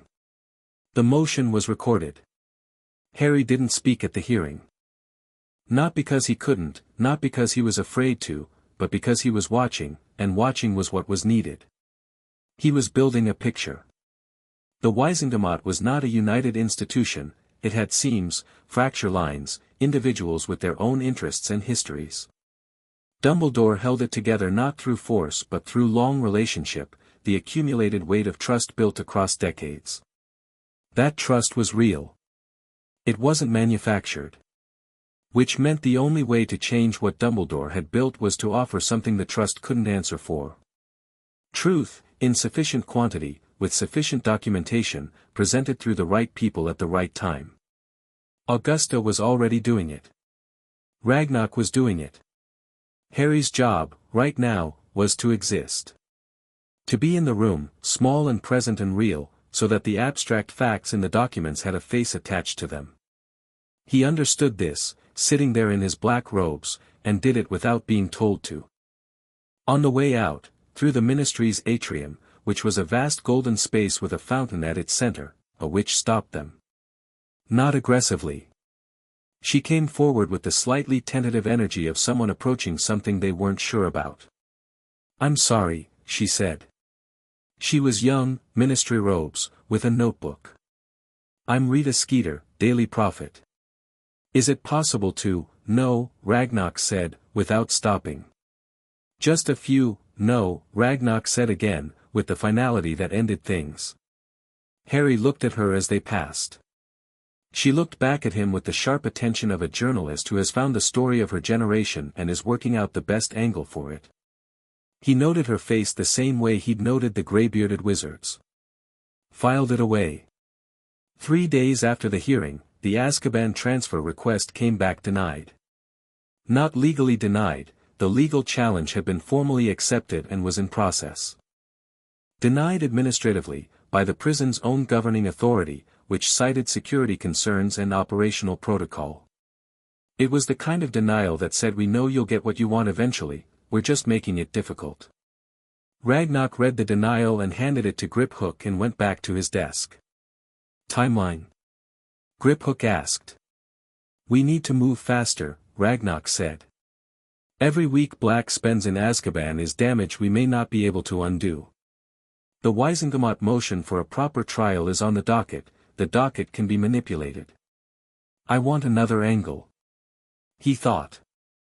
The Goblin's right of representation in estate matters, we can argue that Black, as Harry's designated guardian, has a direct bearing on the management of the Potter estate, which is currently under our supervision. We can require his presence as a material witness in the estate review. Griphook looked up. That's creative. It's legal, Ragnox said. Is it not legal? It is very specifically legal, Griphook said, slowly. It would require a ministry escort, but it would bypass the standard prisoner transfer protocol entirely. The estate review hearing is our jurisdiction. Schedule it for next week. Ragnar pulled out a fresh sheet of parchment. And tell Goldthorn we may need a healer present. Azkaban has had him for 3 years. He paused. Actually, prepare for significant healer presence. The documentation was filed the next morning. By afternoon, the ministry had sent 3 owls complaining.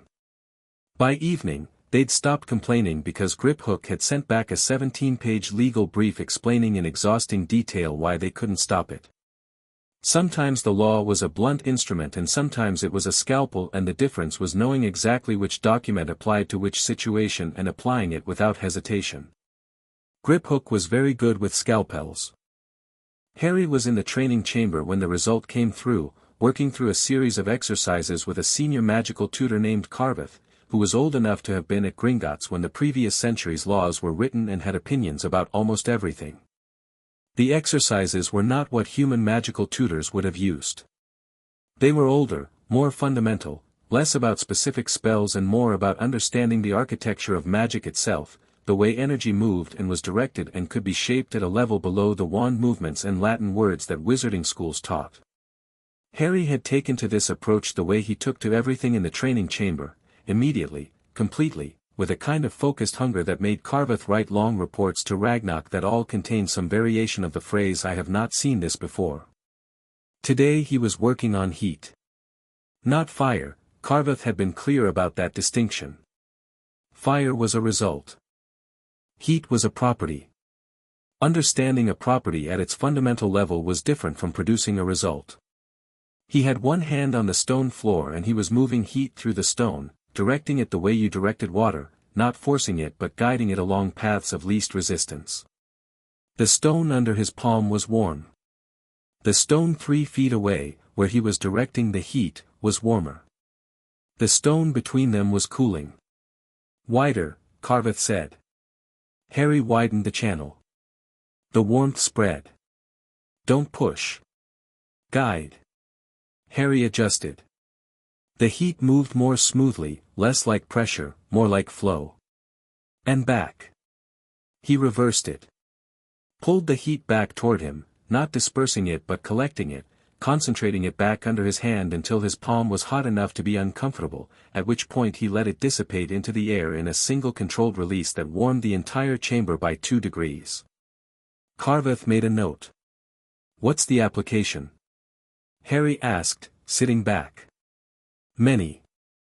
Healing, first, understanding how heat moves in living tissue is the foundation of temperature-based healing work. Combat, you can make a surface dangerously hot without a visible action. Environmental, you can keep yourself and others warm in extreme cold or draw heat away from a fire before it spreads." Carveth looked at his notes. "But the real application is conceptual. Every magical property behaves like this. Light. Sound. Pressure. Electrical charge. Once you understand how to engage at the property level rather than the result level, you can work with anything." "Can you do this with emotions?" Harry asked. Carveth paused. "In what sense? They're a property too, aren't they? Fear, for instance. It's a state. It has physical correlates. Could you guide it the same way?" Carveth looked at him for a long moment. "The theory exists. The practice is extremely advanced. And ethically complicated. I'm not asking to do it to other people," Harry said. "I'm asking about the principle." "In principle," Carveth said carefully, "yes. Emotions as magical properties can be influenced at the foundational level. It's what the old compulsion workings do. It's what," he stopped. "It's what was done to me," Harry said. Carveth said nothing. "I want to understand exactly how it was done," Harry said, "so that it cannot be done again."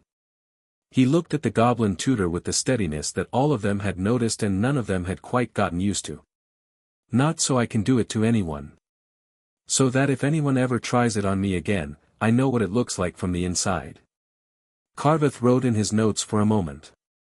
"I'll prepare materials." Ragnar appeared in the chamber doorway. "The estate review hearing has been approved," he said. Sirius Black will be transported to Gringotts in 6 days. Harry stood. Brushed off his robes. What condition will he be in? Ragnarok was honest. Unknown. Azkaban is difficult. 3 years is a significant amount of time. Will he know who I am? He knew your father. He was your godfather. Ragnarok paused. He may not be immediately, himself. The Dementors take things from people. Memory, warmth, the ability to feel things other than, I understand, Harry said.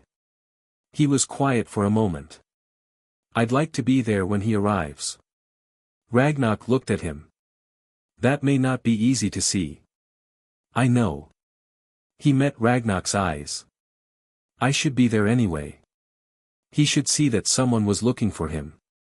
Sirius Black arrived on a Tuesday morning in a ministry security van, 2 Aurors, mandatory escort, formal custody transfer for the duration of the estate review hearing.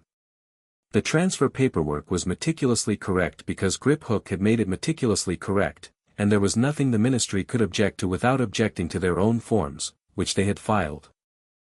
The van pulled into the private courtyard at the back of Gringotts, which was not visible from Diagon Alley, and the Aurors came out first, and then Sirius Black came out. Harry had asked Ragnarok what to expect. Ragnarok had told him, prison, 3 years, Dementors, a man who had already lost everything by the time he was arrested. He had thought he was prepared. Sirius Black was 34 years old. He looked 60. He was thin in the way that went past gaunt into architectural. You could see the structure of him, the bones of his jaw and his hands and his collarbone above the prison robes that hung on him like they belonged to someone larger. His hair was long and tangled and gray at the temples in a way that wasn't quite natural. His eyes, and his eyes were what Harry looked at, were dark gray and they were conscious, which mattered, which was the first thing Harry registered. Not vacant. Not lost. Conscious and wary and moving over the courtyard with the careful assessment of someone who had learned that new environments were usually new threats. He registered the goblins. His expression did something complicated. He registered Ragnarok. He registered Harry. He stopped. Just completely stopped, in the middle of the courtyard, the 2 Aurors moving around him without noticing he'd stilled. He looked at Harry and something moved in his face that was violent in its depth. Not violent like anger, violent like a wound pressing open. His mouth moved and no sound came out for a moment. Harry had been standing very still beside Ragnarok. He took 1 step forward. Hello, he said. I'm Harry. James and Lily's son. Sirius made a sound. It wasn't a word. It was the kind of sound that happened when a person's chest was doing something before the rest of them caught up. I know about you, Harry said. You're my godfather. You were my dad's best friend. He paused. You've been in prison for 3 years without a trial, and that was wrong, and we're fixing it. Sirius looked at him for a long time. His hands were shaking slightly.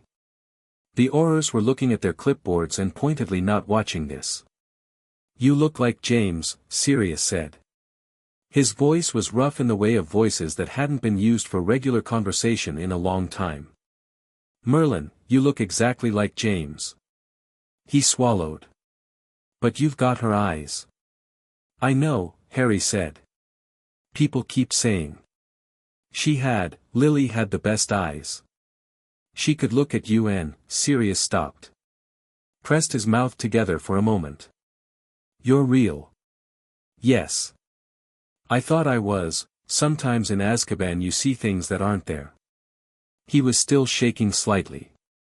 And I thought, I'm real, Harry said again, with the firmness of someone who understood that the sentence needed to be said clearly and not just once. You're out of that place.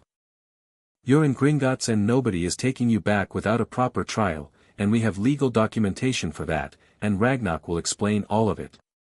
He looked up at his godfather. But first you should probably eat something. You look like you haven't in a while. Sirius let out a breath that was almost a laugh and wasn't quite. Something in his face shifted, not all the way back to whatever it had been before Azkaban, but partway. Enough. Yeah, he said. Yeah, that sounds good. Goldthorn spent 2 hours with Sirius in a private medical chamber and came out with a list of needs that was 3 pages long. Malnourishment, Dementor exposure damage, magical core suppression, different from what had been done to Harry, this was the passive kind that happened when magic was denied outlet for extended periods, general physical decline, and a specific psychological assessment that she delivered to Ragnarok in private and that caused Ragnarok to spend 5 quiet minutes looking at nothing before he went back to his desk. 3 years of Dementor exposure didn't kill you immediately. It just removed things. Warmth, mostly.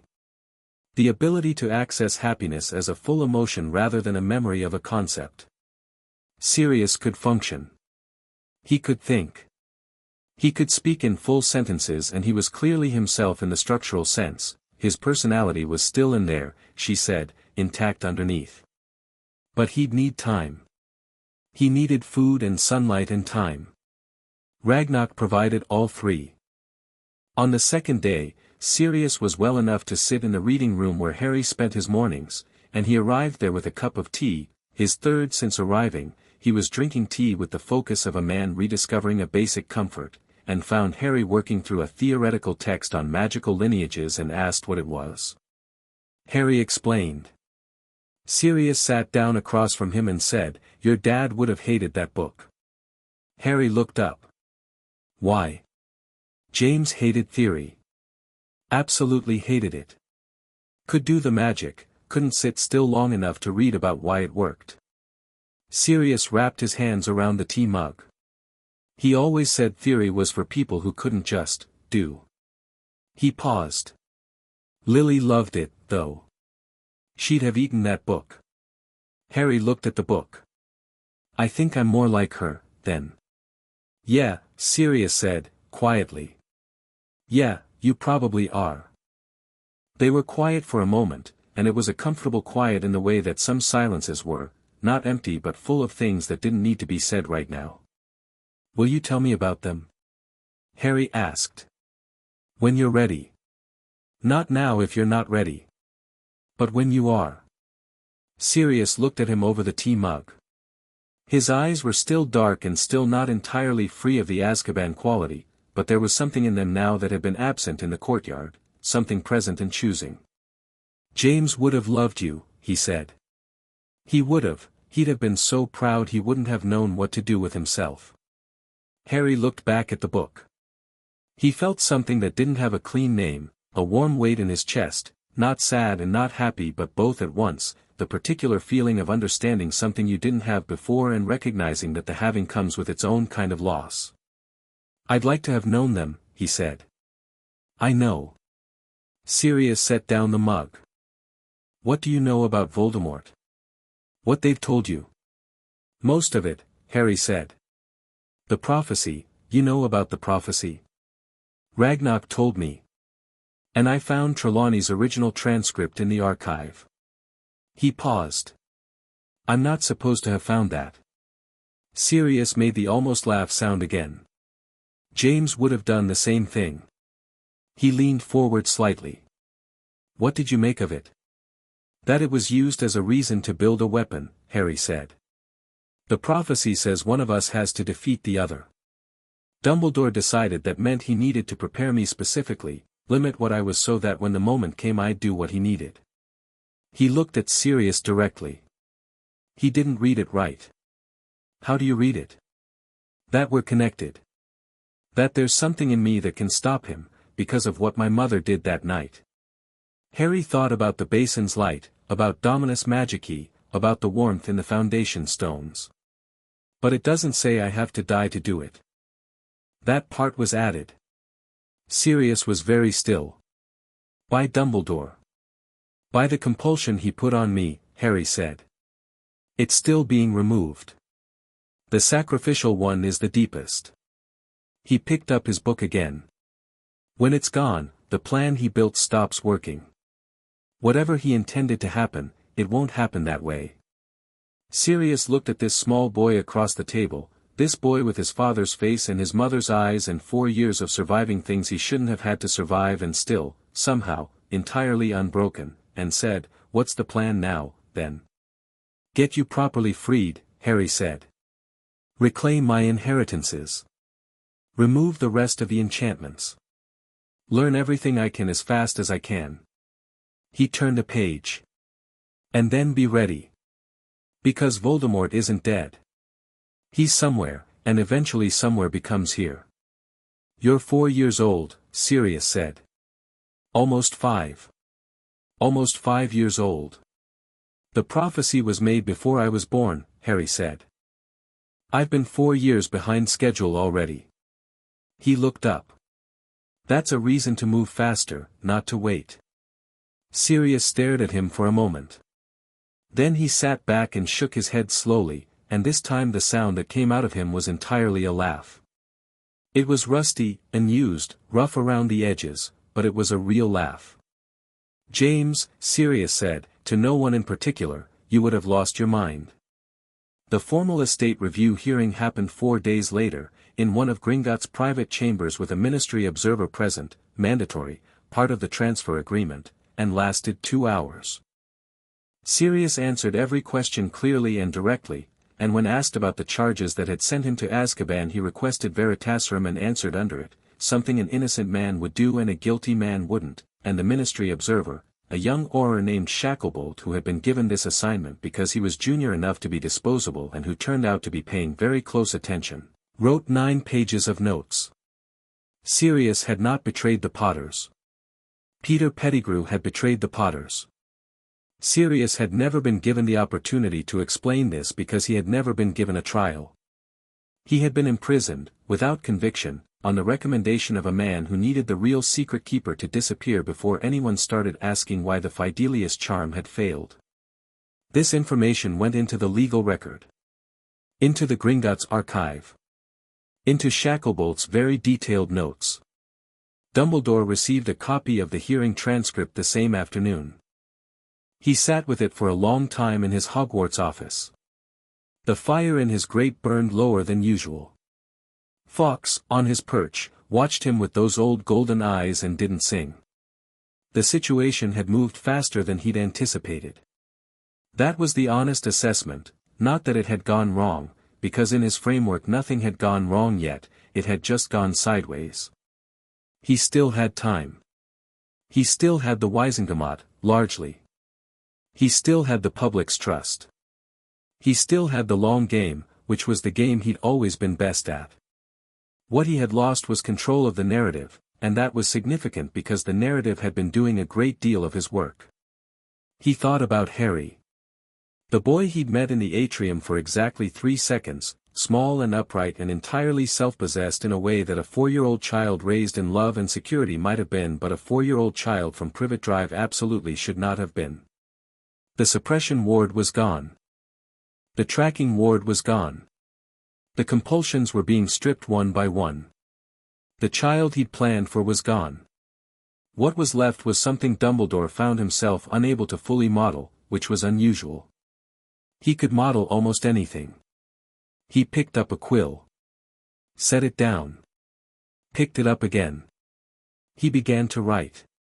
In Albania, in the dark of a forest, something that had been barely anything for 3 years twitched. It was not alive in any full sense. It was the residue of a man who had been too determined and too skilled to die completely, clinging to what was left of its existence with the single-minded tenacity of pure will. It had no body. It had thought, and intention, and memory, and the specific kind of hunger that came from being something vast and proud reduced to almost nothing. It had felt things from Britain before. Ripples, mostly. The Potter's deaths, its own destruction, those had been seismic, enormous, felt even through the diminished capacity of near non-existence. Since then, smaller things. The pulse of Dumbledore's enchantments, steady as a heartbeat. The regular rhythms of a suppressed magical core. But this was different. What had happened 3 days ago in Gringotts, the claiming of an inheritance, the activation of an ancient lineage's formal status, had moved through the magical substrate of Britain like a stone dropped in still water. The ripples had reached even here, even to what was left of Tom Riddle, and it had woken him in the way that a specific smell woke a specific memory. The child had been supposed to be weak. Manageable. A sacrificial piece, waiting patiently for the moment it was needed. The child had claimed the Potter and Black Lordships simultaneously at age 4. The magical resonance of that claiming had felt like, nothing like what the suppression ward had been producing. This felt like standing next to a generator. This felt like something that had been compressed under enormous pressure suddenly finding space to expand, and what was expanding was ancient and deep and connected to things that the fragment of Tom Riddle recognized from his own studies, from the years he'd spent dismantling and discarding them as the relics of a weaker time. He had been wrong about that. The child was not manageable. The child was not going to walk willingly into death. The child was going to be ready long before he'd calculated on, and Tom Riddle, reduced to near nothing in an Albanian forest, felt for the first time in the full stretch of his long and terrible career something he had nearly forgotten was possible. He was afraid. Not of the child specifically, not yet, not of a 4-year-old, however powerful. Afraid of the way the pattern was developing. Afraid of what that ancient lineage, freed and active and in the hands of someone who had apparently already demonstrated the ability to weaponize legal documents, might become by the time he had a body again. He needed to move faster. He needed a host.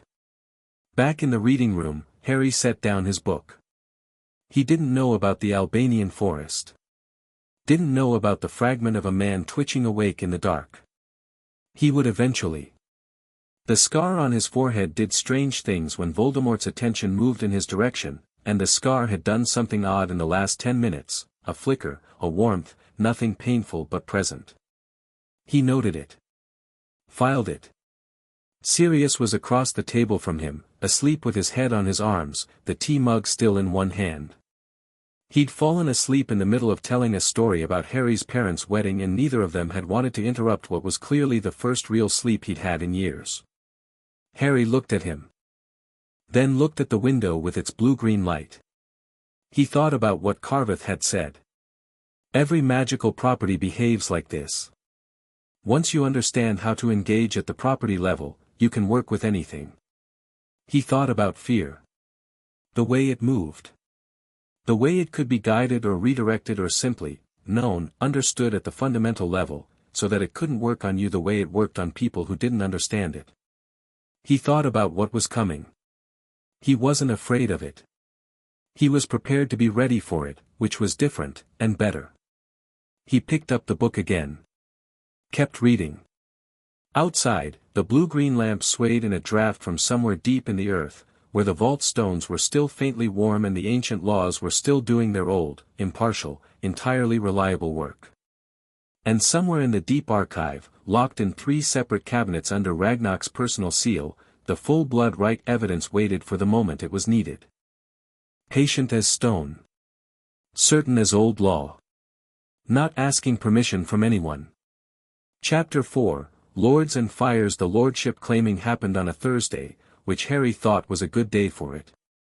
He'd asked Ragnarok about the process 2 weeks earlier, after reading the relevant sections of the family magical law compendium that Griphook had added to the reading room. The book was 300 years old and smelled like it, and the relevant section was Chapter 11, which dealt with the formal claiming of family lines under extraordinary circumstances. Extraordinary circumstances included the death of all senior line members, legal incapacitation, and, this was the part Harry had read 3 times, wardship by an institution recognized under the Charter of Ancient Rites. He'd brought the book to Ragnarok with his finger on the page. Ragnarok had read it, looked at Harry, read it again, and then called Griphook. The legal analysis had taken 4 days. The conclusion was clear: under Charter wardship, with no surviving senior Potter or Black family members in legal standing, Sirius technically couldn't claim the Black Lordship while his legal status was still being resolved. Though Griphook was working on that, Harry had the right to claim both lordships immediately. The fact that he was 4 years old and 11 months was noted in the analysis and then set aside, because the law didn't specify age. The law specified lineage and circumstance. Both were satisfied.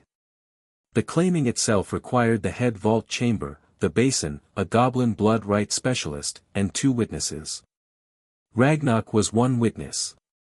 Augusta Longbottom, when she was told, came from London in under 2 hours, which was the fastest Harry had ever seen her move. She arrived with Neville. He should see this, she said, when Ragnarok raised an eyebrow. It'll be important to him later. Neville had come in wearing his good robes and holding Graham the cactus with the energy of someone attending an important ceremony and taking it seriously. He'd looked at Harry with wide eyes and said, "Gran says you're about to become 2 lords at once." "Apparently," Harry said. "Is that scary?" "No." Neville thought about it. "Will you be different after?" Harry thought about that honestly. "I don't think so. The titles don't change what I am. They just make it formal." "Gran says titles are like names for things that already exist," Neville said. "The thing exists first. The name comes after." Harry smiled. "Your Gran is a very intelligent woman." "She's terrifying," Neville said, reflexively, and then they both laughed, and Augusta, who had heard this from 15 feet away, permitted herself a small private expression that was not a smile but was in the same family. The head vault chamber was below the main banking level, a different kind of room than the training chamber or the hearing rooms. It had been carved from a single piece of stone, which was impossible by engineering standards but which the goblins had done anyway because impossible was a constraint that applied to other people. The floor was black marble shot through with veins of what might have been gold or might have been something older. The basin sat at the center on a plinth that had been there so long it was fused with the floor. Harry stood at the basin. Krethik, who had specifically requested to be the blood specialist for this, because some things you wanted to be present for, explained the process. A drop of blood. The spoken claiming. The basin's confirmation. It would be fast. "Can both be done at once?" Harry asked. Krethik looked at the basin and then at Harry and then at his notes. "The law doesn't prohibit it," he said. "No one has ever tried." "Then let's try." Ragnarok, standing to the side, crossed his arms and said nothing. His expression said something. Harry pricked his finger on the offered needle without flinching and held it over the basin. 2 drops fell, he pressed twice deliberately. "I am Harry James Potter," he said, in the quiet of the chamber. His voice didn't waver. It didn't need to. "Heir of the Potter line, heir of the Black line. I claim both." He paused 1 beat. "They're mine." The basin did what it had done the first night, blazed gold and white, light hitting the stone ceiling and bouncing back, but this time it was louder. Not sound loud, but present loud, the way a thunderclap was loud not just in your ears but in your chest and your teeth. The light took on 2 separate tones that wound together, a deep amber for the Potter line and a cooler silver for the Black, spiraling around each other until they were inseparable. The claim settled. Harry felt it as a weight, not heavy like a burden, heavy like a foundation. Like something clicking into place under his feet that had always been there but hadn't been formal before. He looked at his pricked finger. The small wound had already closed. Neville, standing next to Augusta, had gone completely still with his mouth slightly open and Graham held against his chest. "Both confirmed," Krethik said, into the quiet. His voice had something in it that wasn't quite awe, goblins were not prone to awe, but was in the vicinity. "Simultaneously. Both clean. Both absolute." He wrote in his notes. "I should mention that the light pattern for a double claiming has never been recorded before." "Is it a problem?" Harry asked. "No," Krethik said. "It's a precedent." Augusta stepped forward. She looked at Harry for a moment and then did something that surprised everyone in the room, including herself. She bent forward in a very small, very deliberate nod. It wasn't a bow, Augusta Longbottom didn't bow, but it was something close, the kind of gesture that acknowledged something real. "Lord Potter Black," she said.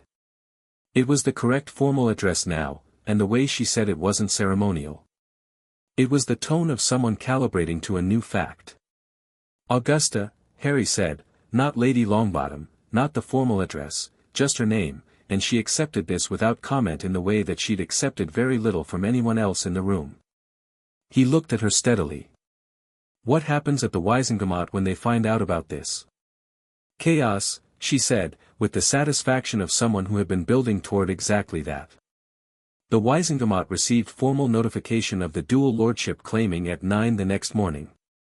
By 10, Augusta had reports of 7 separate emergency conversations among senior Wisengamot members. By 11, 3 of those conversations had escalated to shouting. By noon, the Daily Prophet had the story, not the full story, not yet, but enough. Potter heir claims dual lordship at age 4. Gringotts charter wardship unprecedented. Rita Skeeter had written it. Harry read the article in the afternoon and found it surprisingly accurate for something written with that particular intensity of self-promotion, though she'd called him small and striking, which he found unnecessary. Sirius read it over his shoulder and said, "She's not wrong about the striking part." "Stop," Harry said. "You've got the Potter bone structure. It's a whole thing." Sirius was significantly more himself than he'd been 2 weeks ago. He was eating properly and sleeping in a real bed, and Goldthorn had been working through the Dementor exposure damage with a patience that Harry suspected Sirius found both helpful and slightly aggravating. He looked like himself in the way a house looked like itself after the windows had been cleaned. The structure had always been there, just obscured. He looked at the paper. His expression did something. "The Black Lordship," he said. "It was yours," Harry said. "But your legal status, Griphook said you couldn't claim while your case is open. And it shouldn't sit unclaimed." "No, Sirius set down the paper. "It's right. You're right. The family magic should be active and yours, not sitting dormant while I argue with the ministry." He paused. It's strange. I spent my whole life trying not to be a black, and now I'm sitting here glad the name's in good hands." He looked at Harry. "Your grandmother would have been appalled, incidentally. Walburga Black. Absolute nightmare of a woman. What would she have said about me? She'd have called you a blood traitor for associating with goblins and then disowned you, and then, honestly, she probably would have secretly respected the sheer nerve." Sirius smiled. It was a real smile, the kind that went to his eyes, and it was the best thing Harry had seen in a while. She respected nerve. She just couldn't admit it. Harry filed this, another piece of the family portrait he was assembling from other people's stories, because he didn't have his own memories of them. "Sirius," he said. "Yeah. When your case is resolved, when you're free properly, what do you want to do?" Sirius was quiet for a moment. It was a question nobody had asked him yet. "What do you want?" Not what happens to you, not what the law says, not what Dumbledore or the ministry or any of the institutions that had been making decisions about him his entire life decided. "What do you want?" "I want to be your guardian," he said, finally. "Properly. The way your parents intended." He stopped. Started again. "I want to not be in a cell. I want to sleep without the cold. I want to eat hot food and be in a room that's big enough to walk around in." He looked at his hands. "And I want to be someone you can actually rely on. Not some wreck they pulled out of Azkaban." He looked up. "I want to earn it." "You don't have to earn it," Harry said. "You're my family." Sirius made the sound that wasn't quite a laugh and wasn't quite something else, something that didn't have a clean category in the emotional vocabulary of a man who'd spent 3 years trying not to feel anything. "Yeah," he said. "Yeah, all right." The Wisengamot emergency session was called for the following Monday. Not by Augusta, she'd have preferred more preparation time. It was called by the ministry itself, by Minister Bagnold, who had received a memo from Dumbledore suggesting that the unprecedented nature of the dual lordship claiming warranted immediate formal discussion. The memo was politely worded and entirely a power play, Dumbledore wanted a session on his schedule, in his arena, before Augusta had time to fully consolidate her position. Augusta read the session notice and immediately sent 5 owls. She appeared at Gringotts the next day with 2 inches cut off her usual preparation time and a sharpness that suggested she was treating it as a tactical challenge rather than a disadvantage. Harry met her in the reading room. Sirius was there too. Griphook had worked out a legal arrangement that allowed Sirius to remain at Gringotts as a material witness to the ongoing Potter estate review, which gave him legitimate grounds to be present and also prevented the Ministry from pulling him back to Azkaban without triggering a legal cascade that nobody wanted to manage. Monday, Augusta said, setting her documents on the table with the authority of someone claiming territory. 4 days. The session will be framed as a discussion of the wardship's validity and the lordship claiming's legal basis. Which is solid, Sirius said. Which is solid, Augusta agreed. That's not the danger. The danger is that Dumbledore will use the session to reframe the entire situation. He'll acknowledge the legal points, concede the small things, and redirect the conversation to the larger narrative, the threat of Voldemort, the necessity of his approach, the greater good. She said the last 2 words with a dryness that could have stripped varnish. He's very good at that. Can we stop him? Harry asked. We can complicate it, Augusta said. If the blood rite evidence is formally entered into the full Wizengamot record before he has the chance to contextualize it, it becomes a document of record rather than a contested claim. That matters. She looked at Harry. You should be there. I know, Harry said. Not just as a subject this time, Augusta said. You're Lord Potterblack now. You have Wizengamot voting rights. She said it matter-of-factly, but there was something in it, the recognition that the table had just gotten considerably more interesting. Harry looked at her.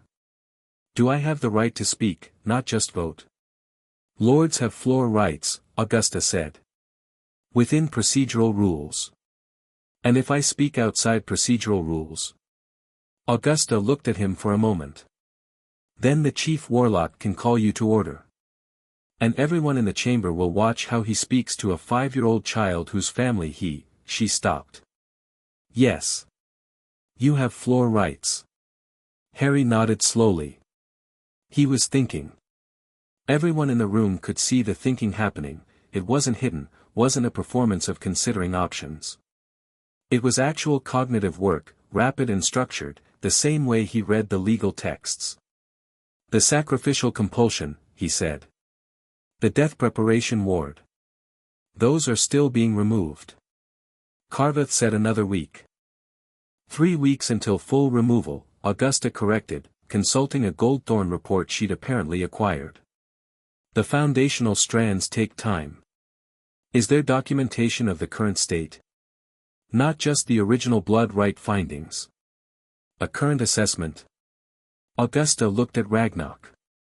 Ragnarok, who had been sitting quietly in the corner in the way he did when he wanted to watch a situation develop without interfering with it, said, Goldthorn can provide a current assessment by Sunday. Showing the original state, the removed elements, and the remaining elements. It would be a medical document with legal standing under the Charter. Can it be entered into the Wizengamot record alongside the blood rite report? Harry asked. Yes, Augusta said. She was watching him with that general assessing soldier look. What are you planning? I want there to be no version of Monday's session where the chamber leaves without understanding exactly what those enchantments were and how deliberate they were, Harry said. The blood rite report is technical. It's accurate but it requires interpretation. A current medical assessment, showing what's been removed and what's still there, is clearer. He searched for the word. Visible, Sirius said, quietly. Visible, Harry agreed. The legal argument wins on paper. But I want it to win in the room. Augusta put her pen down. Looked at him for a moment. You're going to be either extremely useful or extremely dangerous when you're grown, she said. Both, probably, Harry said. Both, certainly, she said, and picked her pen back up. Sunday came with a cold grey sky and Goldthorn's completed assessment, which was 14 pages and thorough in the way that Goldthorn was thorough about everything, which was entirely. Harry read it cover to cover. The suppression ward, removed. The tracking ward, removed. The loyalty compulsion, which had been directed toward Dumbledore specifically, removed. 3 minor aversion charms that had been designed to make Harry instinctively distrust goblins and old magic, removed. Still in process, the sacrificial compulsion, which Goldthorn described in plain medical language as a working of significant sophistication designed to be indistinguishable from an authentic personality trait. It had roots in Harry's magical core that had to be separated carefully, like a plant removed without damaging the soil around it. Rushing it would cause more damage than leaving it. Estimated full removal timeline, 3 weeks. Current impact, diminished. Harry could feel the difference, but not gone. There were still moments when his first instinct in a problem involving harm to others was to place himself in the path of it, and he had to check that instinct now that he knew what it was. Not suppress it. Checking it was different from suppressing. He just needed to look at it and ask, is this actually what I want to do, or is this something that was done to me? Usually he could tell. Mostly because the compulsion had a slightly off-key quality now, like a note slightly out of tune in a familiar chord. Not natural. Installed. He noted it. Filed it. He went to find Sirius. Sirius was in the courtyard, which was a small paved space behind the bank's private wing with 3 stone benches and an ancient yew tree that had been growing through the flagstones for about 4 centuries. He came there in the evenings because it was outside and it had a sky, and Harry had come to understand that sky was important for a man who'd been in a cell for 3 years. He was sitting with his face turned up and his eyes closed, and there was a better color to him now than there'd been 2 weeks ago. Not full health yet, but the direction was right. He heard Harry and opened one eye. Monday, Harry said. Ready? Yes. Harry sat on the bench opposite. Are you coming? Sirius looked at him. Griphook's working on. I know what Griphook's working on. I'm asking if you're coming. He paused. You were James Potter's best friend. You were in Azkaban for 3 years without a trial. You are the wronged party in the Black imprisonment case and you are my godfather. He looked at Sirius steadily. Your presence in that chamber will say something that no legal document can say. Sirius was quiet for a moment. Dumbledore will be there. Yes. I haven't. He stopped. I haven't spoken to him since he signed the letter that put you in Azkaban without a trial, Harry said, directly, because the truth didn't benefit from soft edges. I know. I'm not asking you to speak to him. I'm asking you to be in the room. Sirius looked at the yew tree. A long moment. If I lose my temper, he said. Don't, Harry said. He wants you to. He'll be careful and kind and he'll refer to you with just the right amount of compassion in his voice, and he will absolutely want you to lose your temper because then the story becomes about that instead of about the 3 years. Harry paused. You're smarter than he's accounting for. You were always smarter than he accounted for. Sirius looked at him. Something moved in his face that was complicated and proud and slightly painful. You're terrifying, he said. You know that? Neville says I'm decided, Harry said. Same thing, at your level. Will you come? Sirius turned his face back to the sky. Yeah, he said. Yeah, I'll come. Monday morning arrived with the kind of cold clear light that made everything look more significant than it was, and the ministry atrium was already busy when Harry's party arrived, Ragnarok, Griphook, Augusta, Harry, and Sirius, walking in together with the particular combination of energies that made the people nearby shift back slightly without quite knowing why they were doing it. Sirius was clean and dressed in proper robes, Gringotts tailoring, fitted right, black with a silver thread that caught the light. He looked like what he was, a black by birth, a prisoner recently returned, a man who had decided to walk back into the place that had nearly destroyed him with his head up. He'd slept 6 hours straight the night before, which Goldthorn said was progress, and his eyes were clearer than they'd been. He'd been through the atrium before. After his arrest, in chains. He looked at the fountain at its center, the gold statue that nobody liked but nobody had gotten around to removing, and his jaw was tight, and then he looked at Harry beside him and his jaw loosened. Harry looked back and said nothing. The walking together said everything. The Wizengamot chamber had a different energy today than it had had at the preliminary hearing. That had been formal, procedural, the kind of session that ran on legal momentum. This was an emergency session, and emergency sessions ran on something messier. There were people here who'd been talking all weekend, whose positions were already half-formed, who had come in with agendas stapled to their foreheads. The chamber murmur was higher pitched than usual. It stopped when Harry's party walked in. Not completely. But the quality changed. 200 sets of eyes and the particular recalculation that happened when the small figure in black robes was now not just the subject of the hearing but a lord with floor rights sitting in the legal gallery. Harry noted who looked and how. Filed it. Augusta entered the blood right report and the current medical assessment into the official record within 30 seconds of sitting down, before the session was even called to order, because she had been in this chamber for 30 years and knew that entering documents pre-session gave them a different legal weight than documents entered mid-debate. Dumbledore called the session to order. He looked well. He always looked well, the purple robes, the silver hair, the half-moon glasses that had become as much a symbol as a visual aid. He opened proceedings with the warm measured authority that was his signature and began with acknowledgement. Yes, the wardship was a remarkable development. Yes, the claiming was legally valid.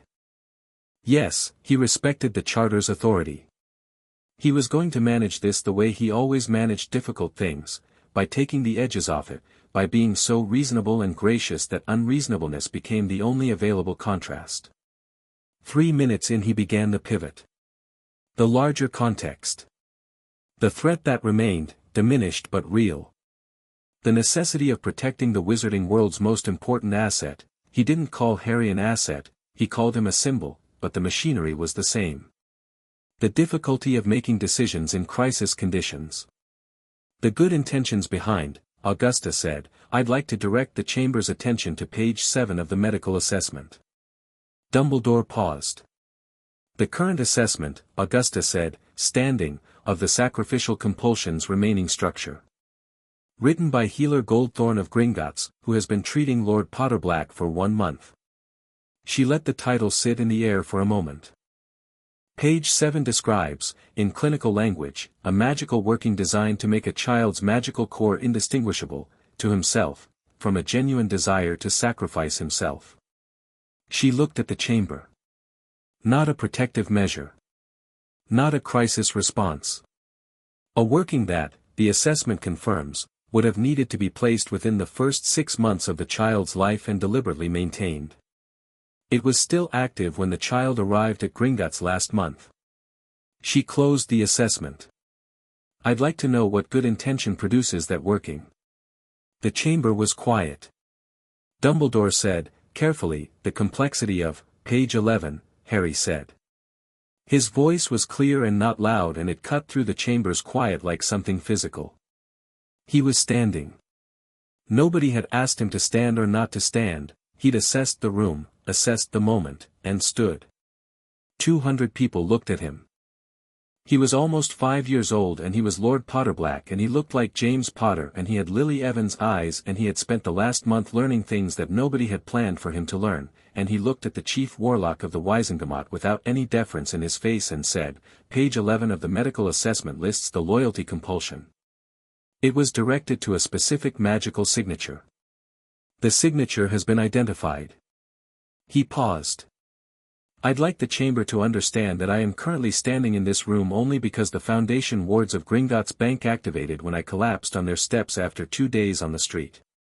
He looked around the chamber, not performing it, just making sure they were all present with him in the same fact. I was 4 years old. I had a broken rib. I had not been properly fed.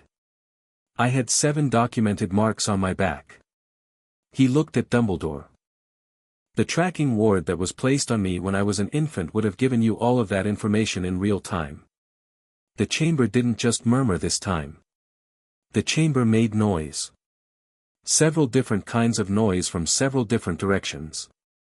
Dumbledore said, with the perfectly pitched composure of a man who understood that composure was his only remaining asset, "Lord Potterblack, I understand I'm not finished," Harry said. Not loud. Not angry. Factual. Dumbledore stopped. "I'm not here to ask for an apology," Harry said.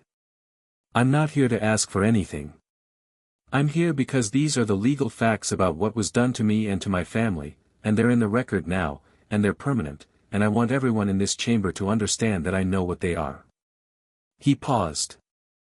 "I also want everyone in this chamber to understand that I am 5 years old and I have already claimed 2 lordships, removed 6 active enchantments from my magical core, and filed 17 separate legal actions."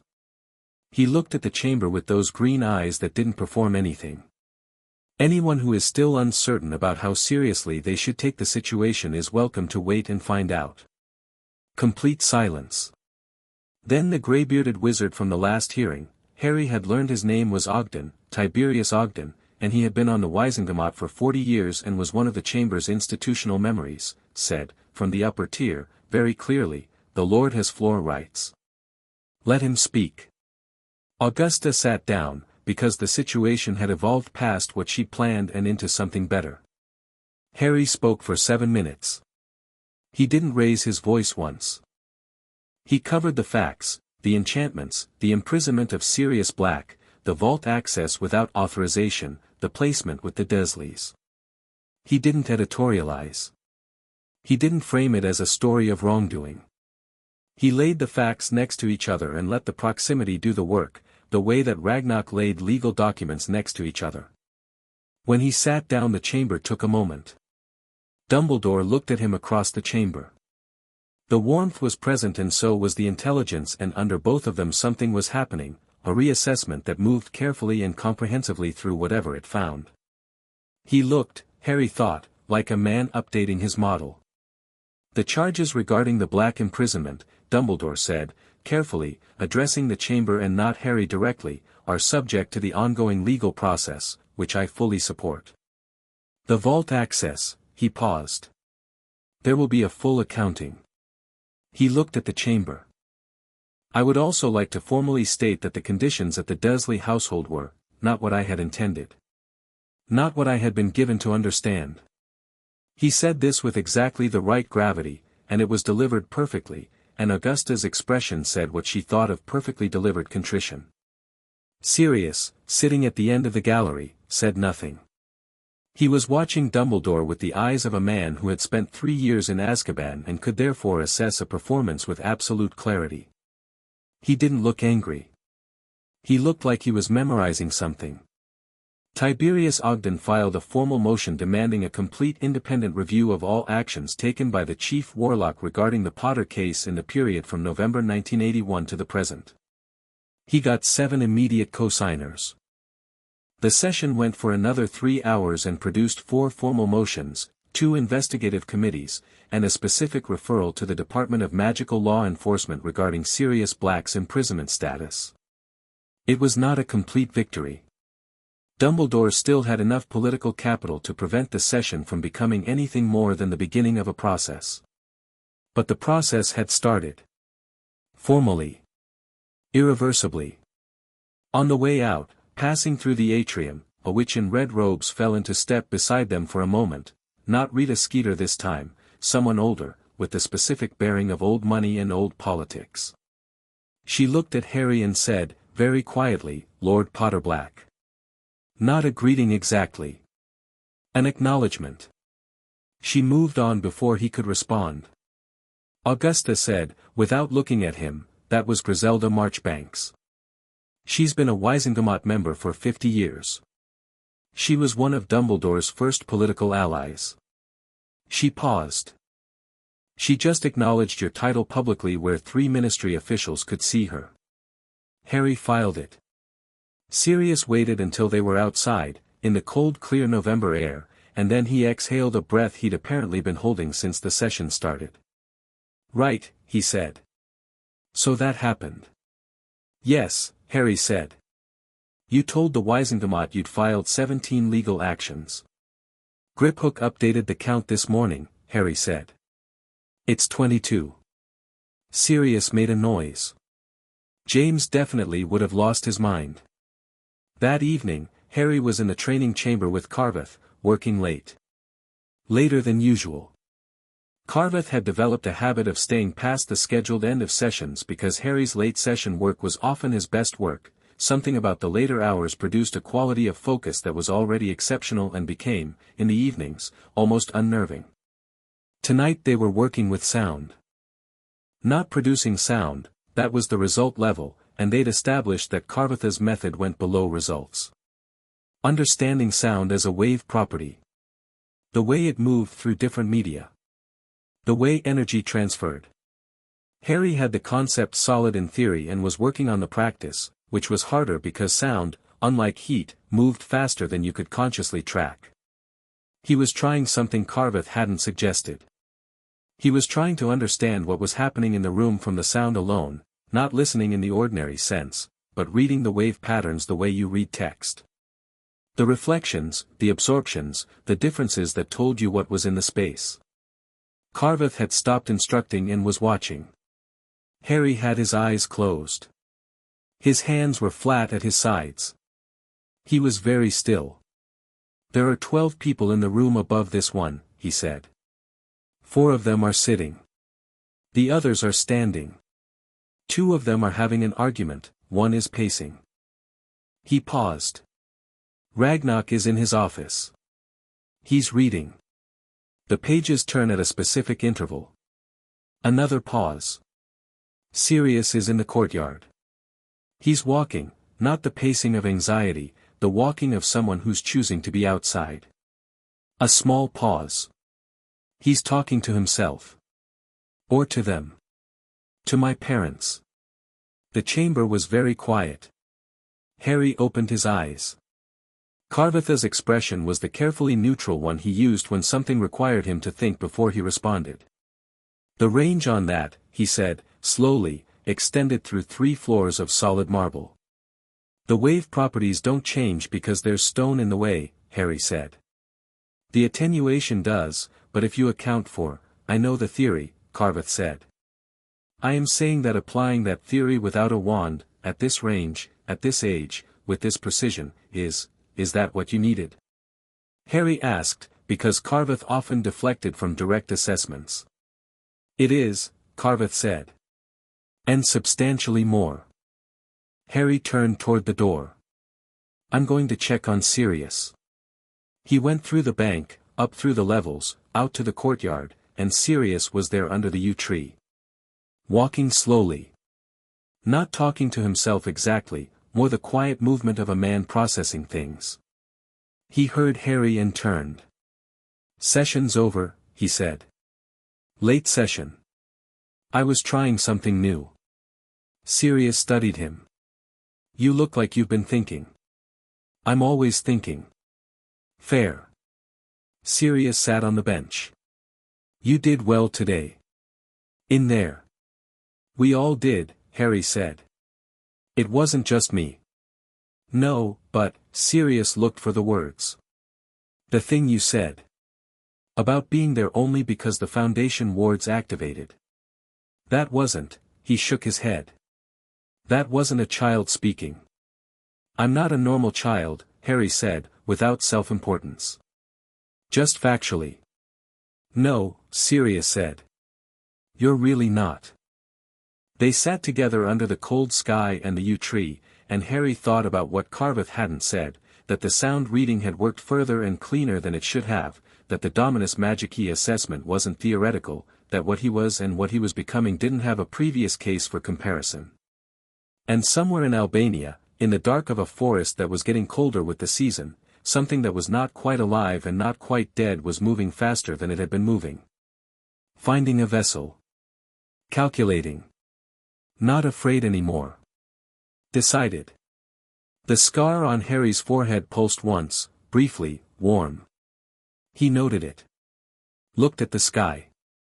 filed it in the part of his mind that was already building the picture of what was coming, assembling it from prophecy fragments and magical theory and the things Ragnarok had told him and the things he'd found in the archive and the simple arithmetic of an enemy who was afraid and therefore accelerating. "Serious," he said. "Yeah. When you're formally free, when the case is resolved, I want to start working on the practical side of things. Defense. Combat magic." He looked at his godfather. "I've been working on foundational theory. I need someone who knows the practical side. Someone who was taught by the best." Sirius was quiet for a moment. "Who taught James?" he said. "Not Hogwarts, not just Hogwarts.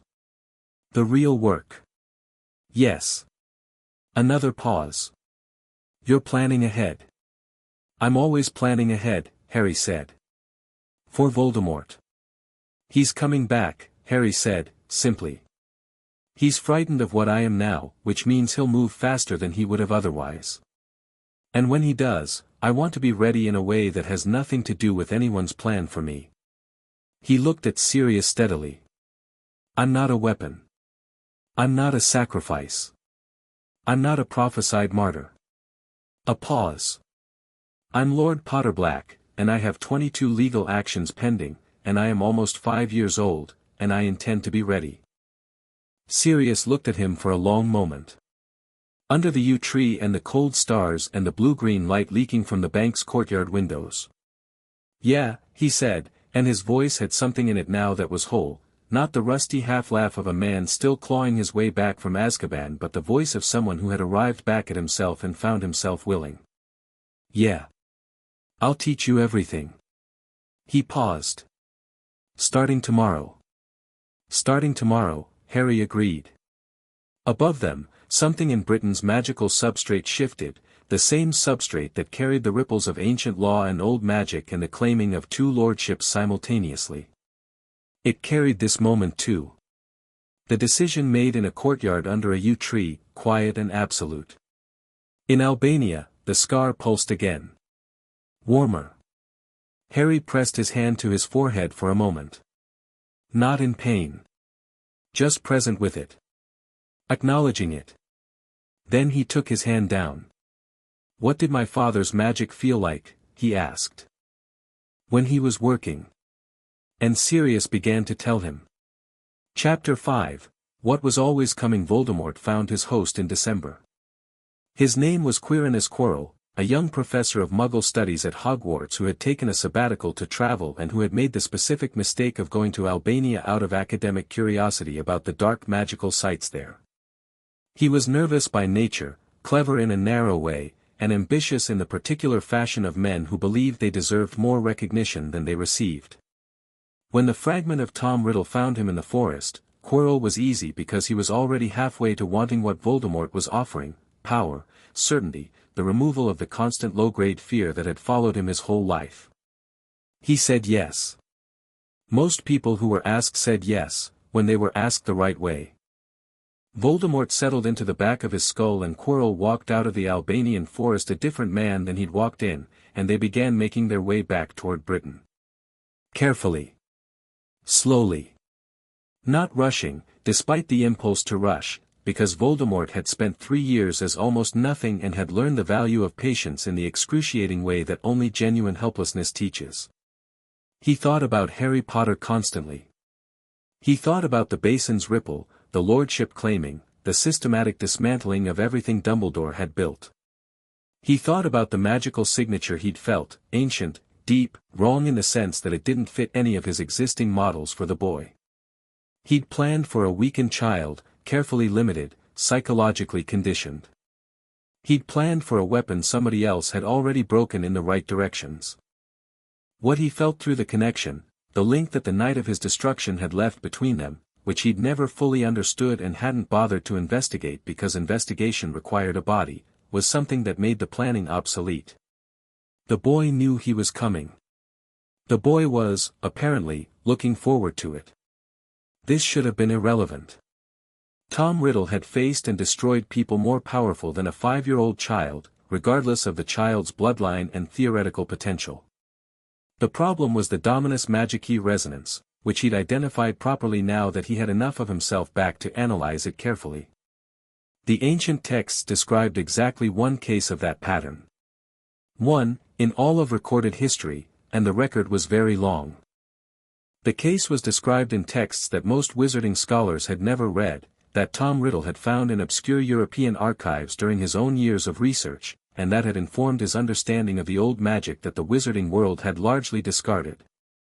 The pattern didn't mean Harry was untouchable. Nothing was untouchable. But it meant that the straightforward approach, go to Britain, take his body back, kill the boy directly, was not just dangerous. It was potentially catastrophic. He needed to understand what he was dealing with before he made a move. He spent 3 months gathering information. Harry felt him getting closer. Not in a mystical sense, nothing dramatic, just the scar's behavior shifting over the winter months, from occasional pulses to something more directional, like a compass needle that hadn't quite settled. He told Ragnarok. He told Sirius. He told Carveth, who cross-referenced it against the theory of the magical connection that the blood rite had identified running between Harry's core and the fragment of Voldemort's soul that had lodged in his scar the night of the attack. That had been its own conversation. Long, technical. Unsettling in the way that the word fragment attached to the phrase inside your scar tended to be unsettling. Harry had asked all the relevant questions. He'd gotten all the answers. He'd sat with the answers for a full day and then come back and ask the follow-up questions, which were better than the initial questions and indicated he'd been doing substantial thinking in the interval. Then he'd said, "It can be removed."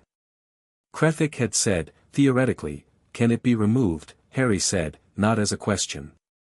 A long silence. Krethik looked at Carveth. Carveth looked at Ragnarok. Ragnarok looked at Harry. "The same way a splinter is removed from a wound," Ragnarok said. "With care and precision and full knowledge of the surrounding tissue. Who can do it?" Another silence.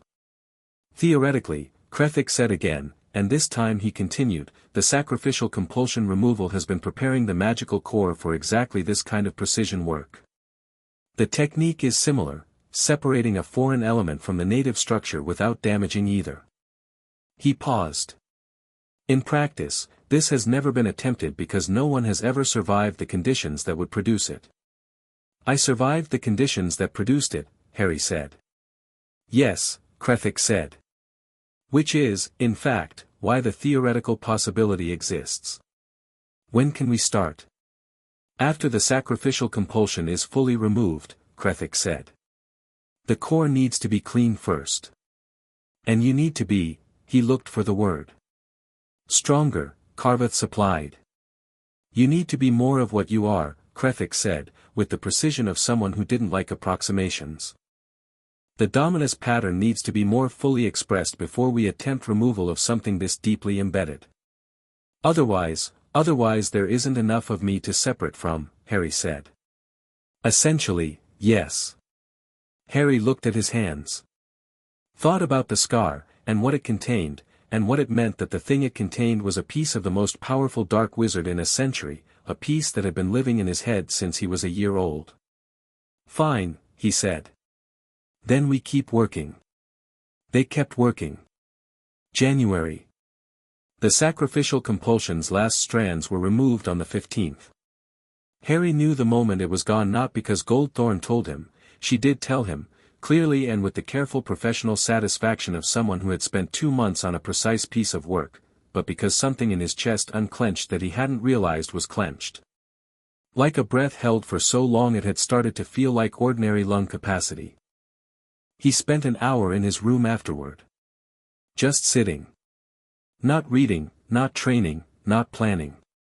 Sirius knocked and came in and sat across from him without asking why he was sitting, which Harry appreciated. "The last one," Harry said. "Yeah."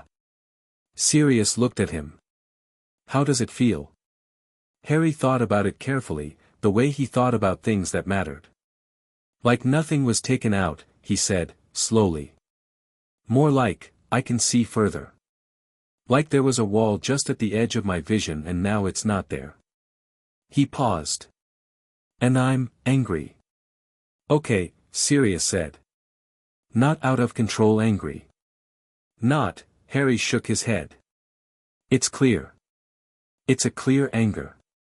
He took things from me. He looked at Sirius. Not just me.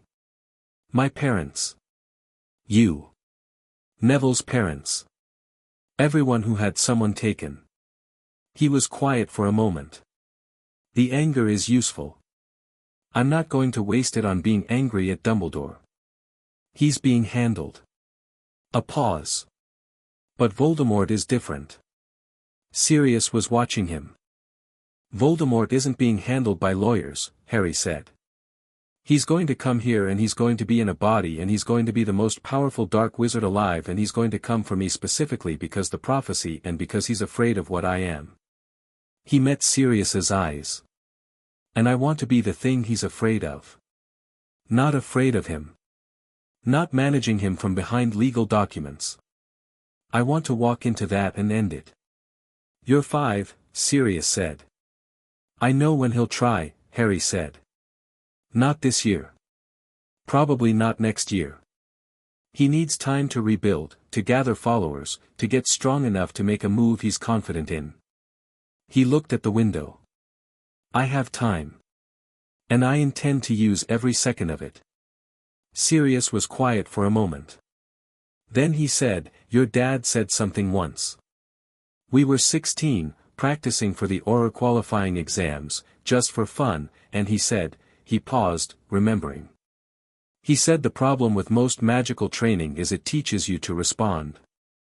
It teaches you reflexes and counters and defense. But what actually wins fights is not reacting faster than someone else. It's deciding the shape of the fight before it starts. Harry looked at him. He was right, Sirius said. He was almost always right about the things that mattered. He leaned forward.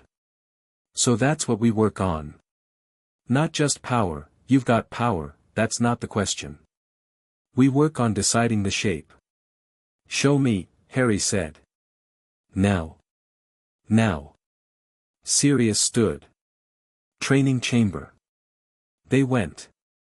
February brought two things simultaneously, Sirius Black's formal legal exoneration and Dumbledore's first direct move against the proceedings. The exoneration came first, on a grey Tuesday, from a Wizengamot full trial that Augusta had managed to convene through the combined weight of Griphook's wrongful imprisonment filing, Shacklebolt's meticulous hearing notes, and Ogden's procedural motion. It was not unanimous, nothing was ever unanimous in the Wizengamot, but it was decisive. 38 for conviction, 94 for exoneration, the remainder abstaining. Sirius Black was found wrongfully imprisoned, his record expunged, the imprisonment characterized in the formal ruling as having occurred, without due process and in violation of the foundational rights guaranteed under wizarding law. Harry read the ruling in the reading room and felt Sirius's magic, which had been building over the past weeks in the way that magic built in a person who was returning to themselves, change quality in the moment of reading. Become fuller. Less like something braced for impact and more like something that had decided to take up its full space. Sirius didn't say anything for a while. He sat with the paper. Then he put it down and looked at Harry and said, compensation claims. Griphook is already filing, Harry said. The Ministry, the Prison Authority, and, he paused. Dumbledore, Sirius said. Dumbledore, Harry confirmed. The direct move came 3 days later. Not through the Ministry, not through the Wizengamot, not through any of the official channels that Gringotts had been working through.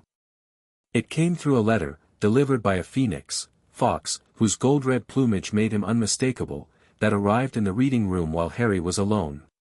He looked at the bird for a moment. Fawkes looked back with those ancient knowing eyes that Phoenix had, the eyes of something that had lived through more iterations of the world than most things got. Harry reached out and let the bird step onto his arm. Fawkes was warm in the way of things that ran very hot, not burning, contained. He stayed for a moment, looked at Harry with an attention that felt deliberate, and then was gone with a flash of gold fire. The letter was exactly what Harry expected. Dumbledore's writing. The familiar backward slanting cursive. 2 pages, thoughtful, warm, the kind of letter that was written by someone who was genuinely intelligent and genuinely believed what they were saying. He said he understood that Harry's feelings toward him were complicated. He said that the decisions he had been made under difficult circumstances with insufficient information and that he regretted the outcomes. He said that he had known Harry's parents well and had loved them, which was true enough that denying it would have been cheap. He said that the threat of Voldemort remained real, which was also true, and that the wizarding world would need Harry's participation in meeting that threat, and that he hoped they could find a way to work together. He said, carefully and with all the warmth he had, that he would like to meet with Harry directly. Harry read it twice. Set it down. Picked up his quill. He wrote back a single paragraph. The meeting can happen here, in Gringotts, in Ragnarok's office, with Ragnarok and Griphook and Augusta Longbottom present. I am willing to speak with you in that context. I am not willing to speak with you outside of it. The legal proceedings will continue regardless. I am not meeting to discuss compromises on those.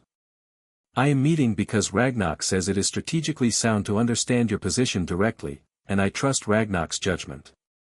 Harry James Potter Black, Lord of the ancient and noble houses of Potter and Black. He sent it with a standard Gringotts owl, because he didn't have a phoenix. Ragnarok, when Harry showed him the letter and the response, read both carefully. Put them down. You didn't consult me before responding, he said. I mentioned you, Harry said. You mentioned me as a reason you were willing to meet at all. Ragnarok looked at him. Which was correct? He picked up his own quill. I'll arrange it. Dumbledore arrived on a Thursday afternoon in late February. Harry had seen him across the Wizengamot chamber twice now. He'd seen him in the floor that first night, framed in fire and very carefully composed. He had not been in the same physical space as him until Dumbledore walked through Gringotts' main doors and the door guards, Gornick and Bregnack, who had been on duty the night Harry arrived, looked at him with the flat professional neutrality of goblins who had opinions and were choosing not to share them. He was escorted to Ragnarok's office by a junior goblin and walked through the bank's corridors with the contained awareness of someone taking everything in. Harry watched him from the reading room doorway as he passed. Dumbledore didn't see him yet, and studied him the way he'd been studying everything for months. Old. Not frail, not in the way of people who had aged past their capacity. Old in the way of people who had accumulated things, who were denser than their years because of what they contained. The twinkle that everyone mentioned was real. There was something in his eyes that was warmer than simply intelligence, a genuine enjoyment of the world's complexity. The purple robes moved like something familiar. He was not a monster. Harry had known this from the beginning, in the honest part of his thinking. He was a man who had made specific choices and justified them with a framework that was internally consistent and genuinely oriented toward what he understood as good, and who had caused harm in the doing of it. That was more complicated than a monster. More interesting, in the way that dangerous problems were more interesting than simple ones. Harry went to the office. They were already assembled, Ragnarok behind his desk, Griphook to one side with documents, Augusta in her chair with her walking stick and her vulture and her 30 years of Wizengamot experience arranged around her like a wall. Sirius stood near the window. He'd chosen to stand, which said something about where he was right now, not sitting in the position of a supplicant or an equal at the table, standing with the particular quality of someone who had made a decision about their own posture and was maintaining it. Dumbledore came in. He looked at Sirius first. Sirius, he said. His voice carried genuine weight. I'm glad you're free. Sirius looked at him. Are you? I am. Whatever you believe about my role in, I believe the transcript, Sirius said. Of the letter. That you signed. Dumbledore said nothing for a moment. He absorbed this the way he absorbed everything, completely, without visible reaction. Then he looked at Harry. Harry was sitting in the chair directly across from Ragnarok's desk. The setup meant Dumbledore would have to sit adjacent to him, which was Ragnarok's arrangement, and it was deliberate, and everyone in the room knew it was deliberate. Harry, Dumbledore said. Something moved in his face when he said it, not calculation, something more personal. You look well. I am well, Harry said. Sit down. Dumbledore sat. For a moment nobody spoke. Harry looked at him. Dumbledore looked back, and the blue eyes behind the half-moon glasses were doing several things at once, assessing, connecting, searching, and Harry let them search because he wasn't hiding anything, and hiding would have been pointless anyway. You wanted to meet, Harry said. I did. Dumbledore folded his hands. He had the posture of someone who was choosing how to begin carefully. I wanted to explain. Not to justify. I understand that justification is not available to me in most of what's happened. But to explain. Then explain, Harry said. Dumbledore looked at him for a moment. There is a prophecy, he said. I know, Harry said. I read the transcript. A pause. The prophecy describes a child born at the end of July with the power to defeat the Dark Lord. When Voldemort survived, when he went somewhere between life and death rather than dying properly, I knew the prophecy was unfulfilled. I knew he would return. And I believed, he stopped. I believed that the only way to ensure you could fulfill the prophecy was to prepare you for the specific moment of its fulfillment. Which required, keeping me weak, Harry said. Keeping you, limiting my magic. Isolating me. Ensuring that I was grateful enough for any kindness to be directed. Ensuring that when the time came and someone handed me a plan that required my death, I would choose to die. Harry said this without heat, clearly, each piece in order. That's what the enchantments built. That was the preparation. Dumbledore was quiet. I've read the Blood Rite report, Harry said. I've had it explained to me in detail by someone whose job is to understand these things. I know exactly what each enchantment did and what its purpose was. He looked at Dumbledore steadily. So when you say you were preparing me, I want you to understand that I know what the preparation was preparing me for. The greater good, Dumbledore began. Whose? Harry asked. Silence. Whose greater good? Harry said. Not mine. Not my parents. Not Sirius's. He looked at the old wizard. Every decision you've described as being for the greater good has been a decision where someone else paid the price. He paused. I'm not saying you're not right about Voldemort. I'm not saying the threat isn't real. I've known it was real since I was 4 years old. He looked at Dumbledore without anger and without softness. What I'm saying is that your plan for meeting that threat was to spend me. And I am not available to be spent. The room was quiet. Dumbledore looked at this child, this 5-year-old child in black robes sitting with the composure of something several times his age, and for the first time in their entire interaction his expression did something that wasn't managed. Something that was, perhaps, recognition. You are not what I planned for, he said. Quietly. I know, Harry said. Because you planned for someone you damaged. Someone you'd made manageable. He paused. The Foundation wards of Gringotts activated when I collapsed on their steps. Your enchantments couldn't stop that. Your plan didn't account for ancient law. He looked at Ragnarok. I'm glad it didn't. Ragnarok said nothing. His expression said something. Dumbledore looked at his hands for a moment. Then looked up. Voldemort is returning, he said. The timeline I had estimated has accelerated. I believe he has found a host. Quirrell, Harry said. Dumbledore stilled. How do you, the scar, Harry said. I've been tracking the connection for months. Mapping its behavior. The directionality changed in December, the signal became bilateral. Something that wasn't there before started sending as well as receiving. He looked at Dumbledore. The connection goes both ways. You knew that. A pause. I suspected. You didn't tell me. You were, 4 years old and in possession of the full-blood rite report and reading ancient magical theory ahead of schedule, Harry said. You could have told me. He let that sit for 1 second. That's the difference between your version of protection and what Ragnarok has been doing. Ragnarok tells me the truth and then helps me prepare for it. You decided I shouldn't know things for my own good. He looked at Dumbledore. I need to know things to keep myself alive. I am the one whose life is at stake. Dumbledore looked at him for a long time. Something in his face was different than it had been at the start of the meeting. Not defeated, not capitulating. More like a man who had been arguing from a certain position for so long that encountering a genuinely different position required him to actually reconsider rather than simply restate. What do you want from me? He asked. Not the rhetorical version. The actual version. Harry thought about it honestly, because the question deserved an honest answer. The full truth about the prophecy, he said. Not the version shaped to produce the outcome you want. The actual full prophecy, including the parts you've been managing. He paused. Honest information about Voldemort's current state and your assessment of his timeline. Another pause.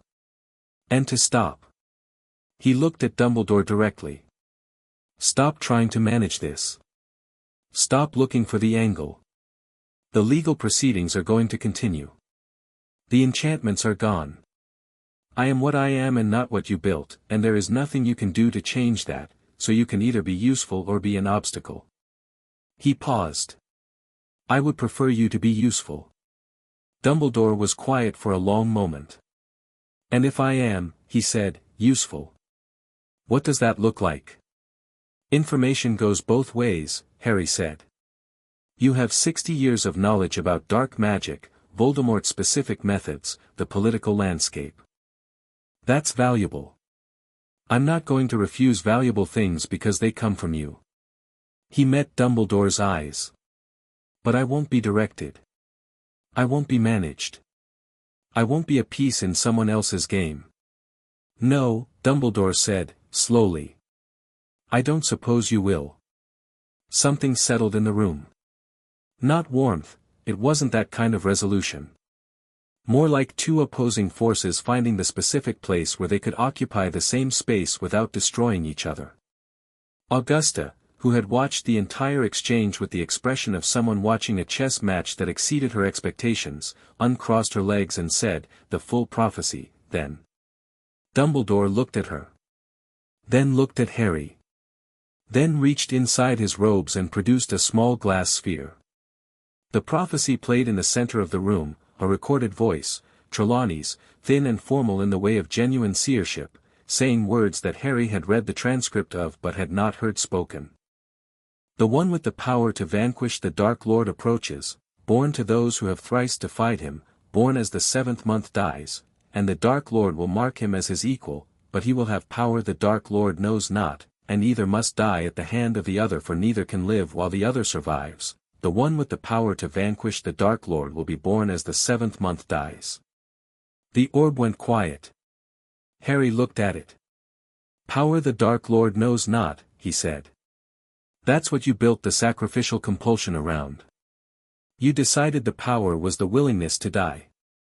It was the most consistent interpretation, it's one interpretation, Harry said. And it was convenient for your plan.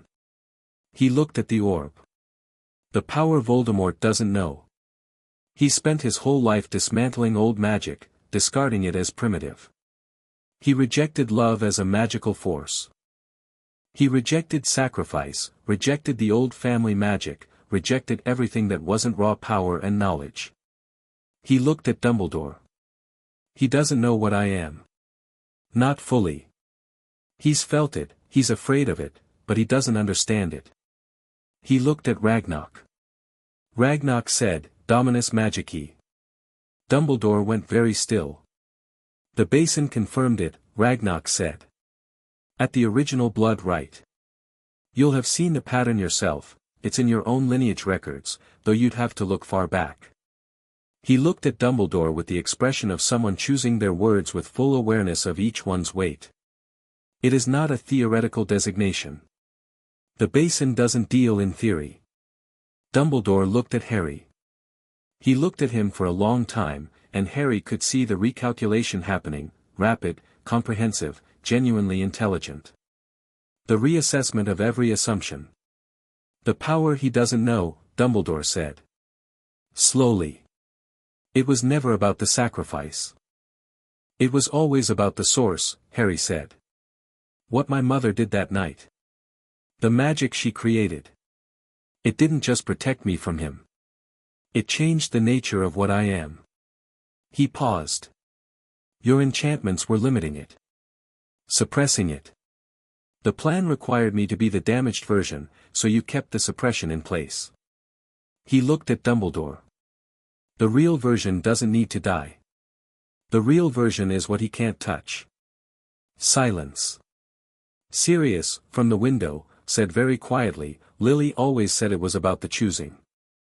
Not the dying. The choosing. Everyone looked at him. She argued about it with Dumbledore, Sirius said. He was looking at his hands. The summer before everything. They were talking about the prophecy and she kept saying, she said dying wasn't the point. She said the magic that mattered wasn't in the death, it was in the absolute will behind the choice. He looked up. She was right. She was always right when it mattered. Dumbledore closed his eyes for a moment. Yes, he said. She was. The room held this for a moment. Then Harry said, Quirrell is coming here. Everyone looked at him. The scar, he said. The directionality. He pressed his fingers lightly to his forehead. It's been building for a week. The signal's stronger today than it was yesterday. He's moving, and he's moving toward Britain, and if I had to estimate, he paused. Soon. How soon? Ragnarok asked. Days, Harry said. Maybe less. He was right. Quirrell arrived 2 days later. He came into Gringotts with 3 other people, not Death Eaters, nothing so overt, just wizards who had been recruited with money and promises, professional thieves with wand skills. They came through the front doors at opening time, in the general press of the morning crowd, and they moved toward the vault corridors with the specific direction of people who knew where they were going. What they were going for was the deepest archive. The blood rite evidence. The full documentation. Everything that, if destroyed, would set back the legal proceedings by years. They'd done their research. They knew the archive's location. They had a plan. What they did not know, what Voldemort could not have known from Albania, what even Harry hadn't fully understood until the scar flared bright and clear as a bell at 6 in the morning and he'd sat up in bed and known, was that in 2 months of advanced training with Sirius, in 4 months of foundational magic work with Carveth and the other tutors, in the accumulation of everything the release suppression had allowed to grow freely, Harry had become something that fundamentally changed the calculation. He was in the main hall when Quirrell came through the doors. He'd been there for an hour. He'd woken at 6, felt the scar's direction, told Sirius in 4 words, told Ragnarok in 8. The bank security had been active since 6:30.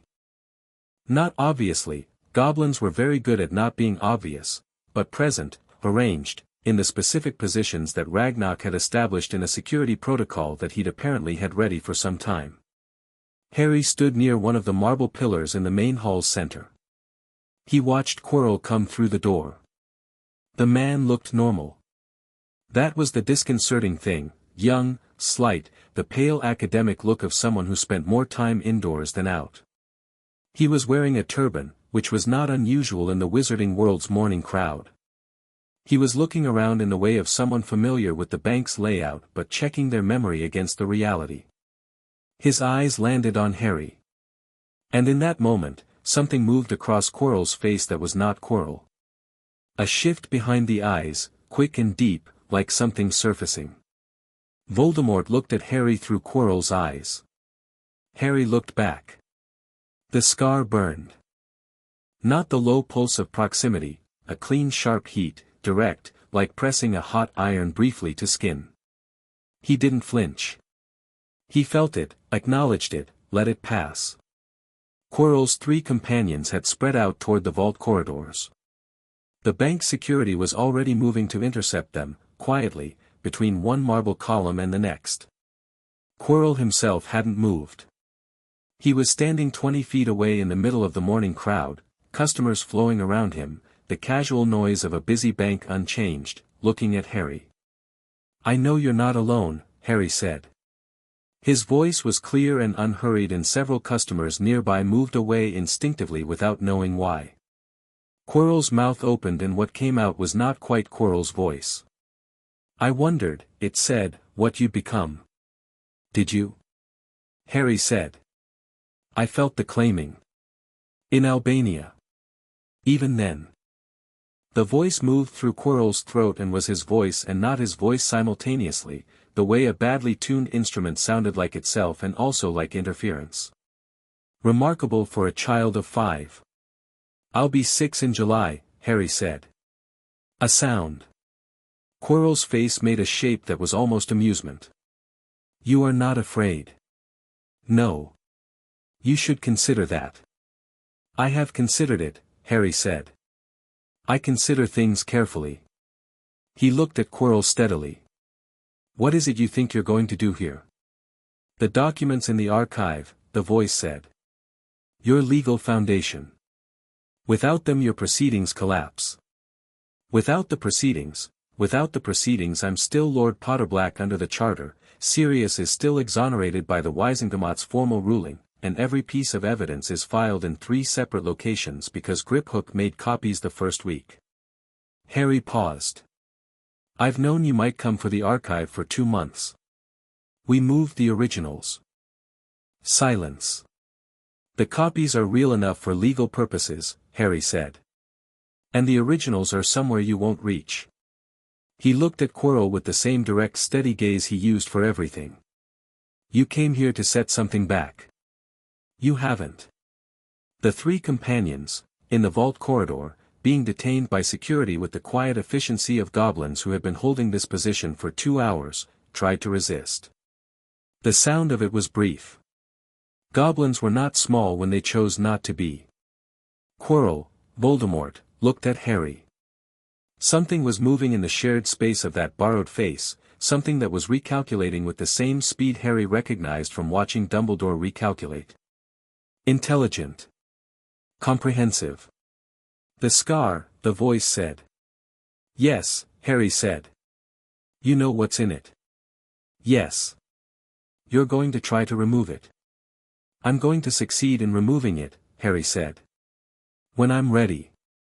"Which isn't today. But it's closer than it was." The morning crowd had cleared, the bank staff had been subtly redirecting customers for 10 minutes, standard security protocol.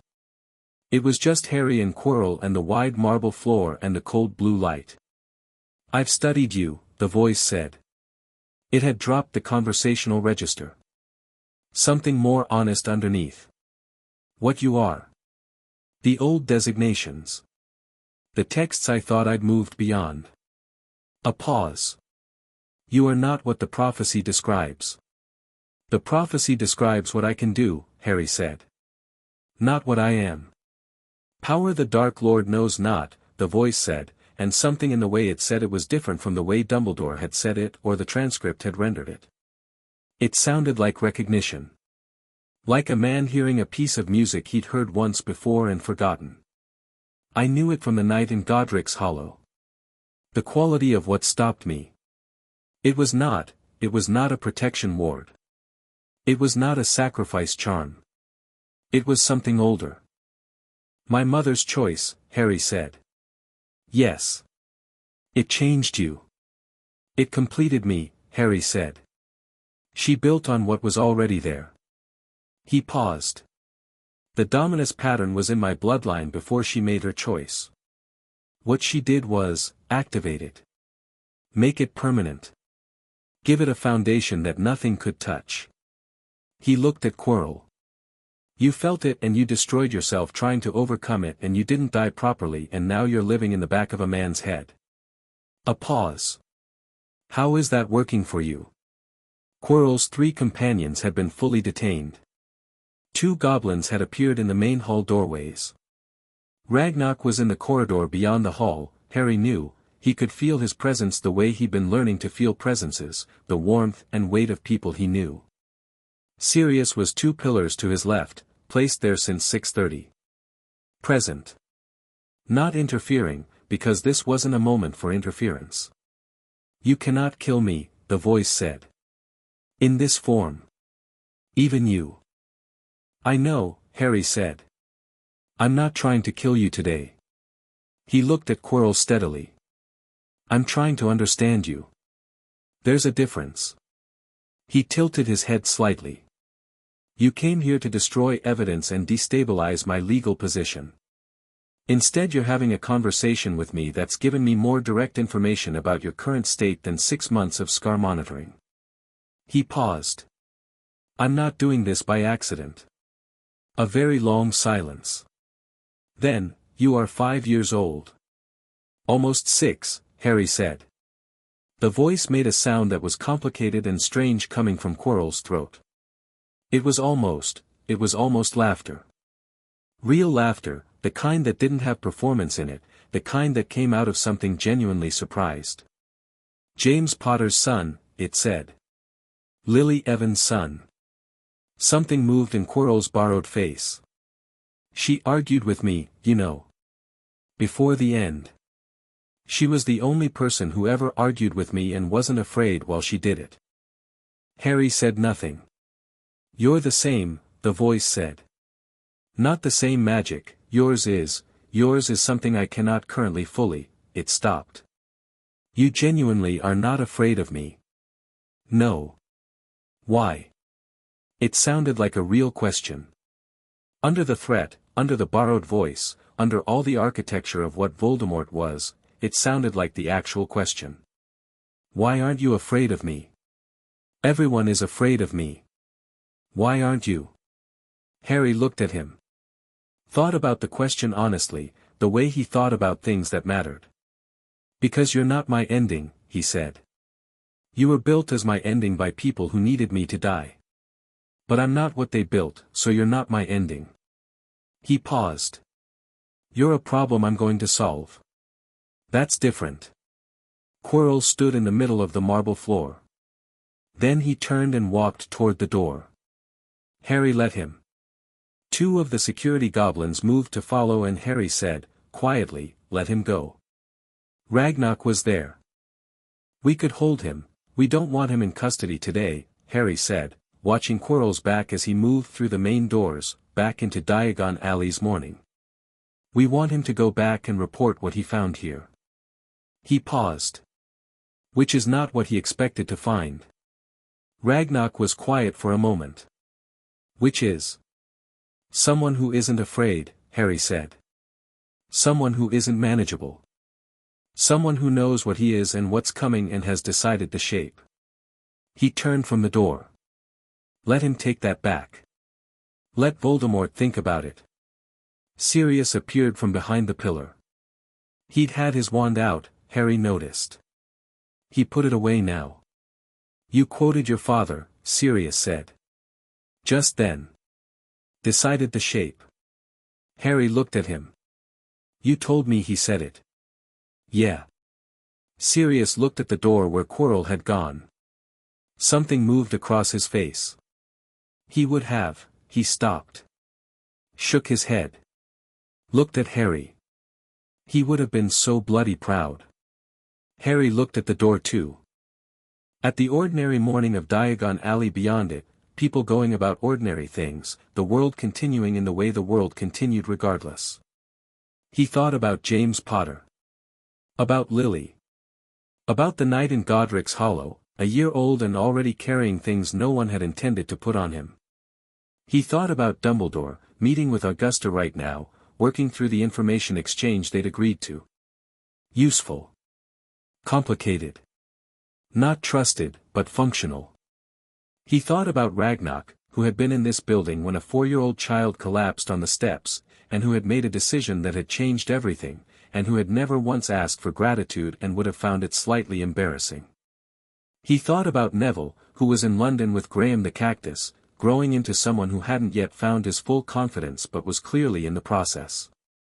He thought about the fragment of Voldemort in his scar, sitting there, diminished now. The conversation had cost it something, some expenditure of the limited force it had. Not enough. But something. Ragnarok, he said.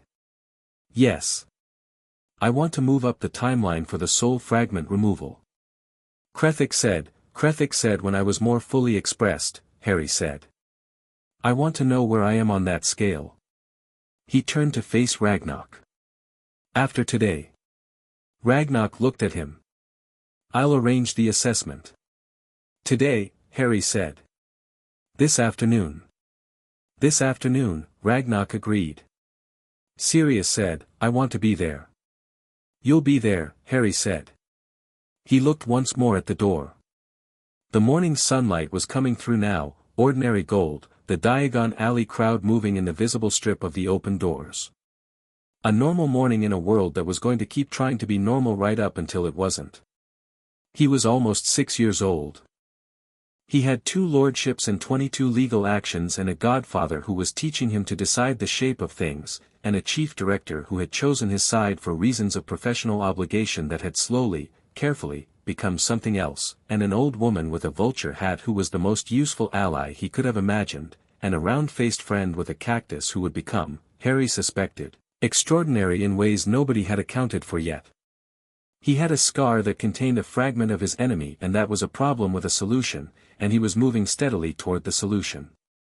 He had, somewhere in his magic, the foundation his mother had built with the only truly uncountable thing, and it was his, clean and whole and free of everything that had tried to sit on top of it. He was not a weapon. He was not a sacrifice. He was not a symbol or a piece or a manageable asset or a prophesied death waiting to happen. He was Harry James Potter Black, and the world had tried its level best to make him small, and the world had found that he was not available for that, and the world was going to keep finding that out for as long as it needed to find it out. He turned from the door. Let's get back to work, he said. And they did.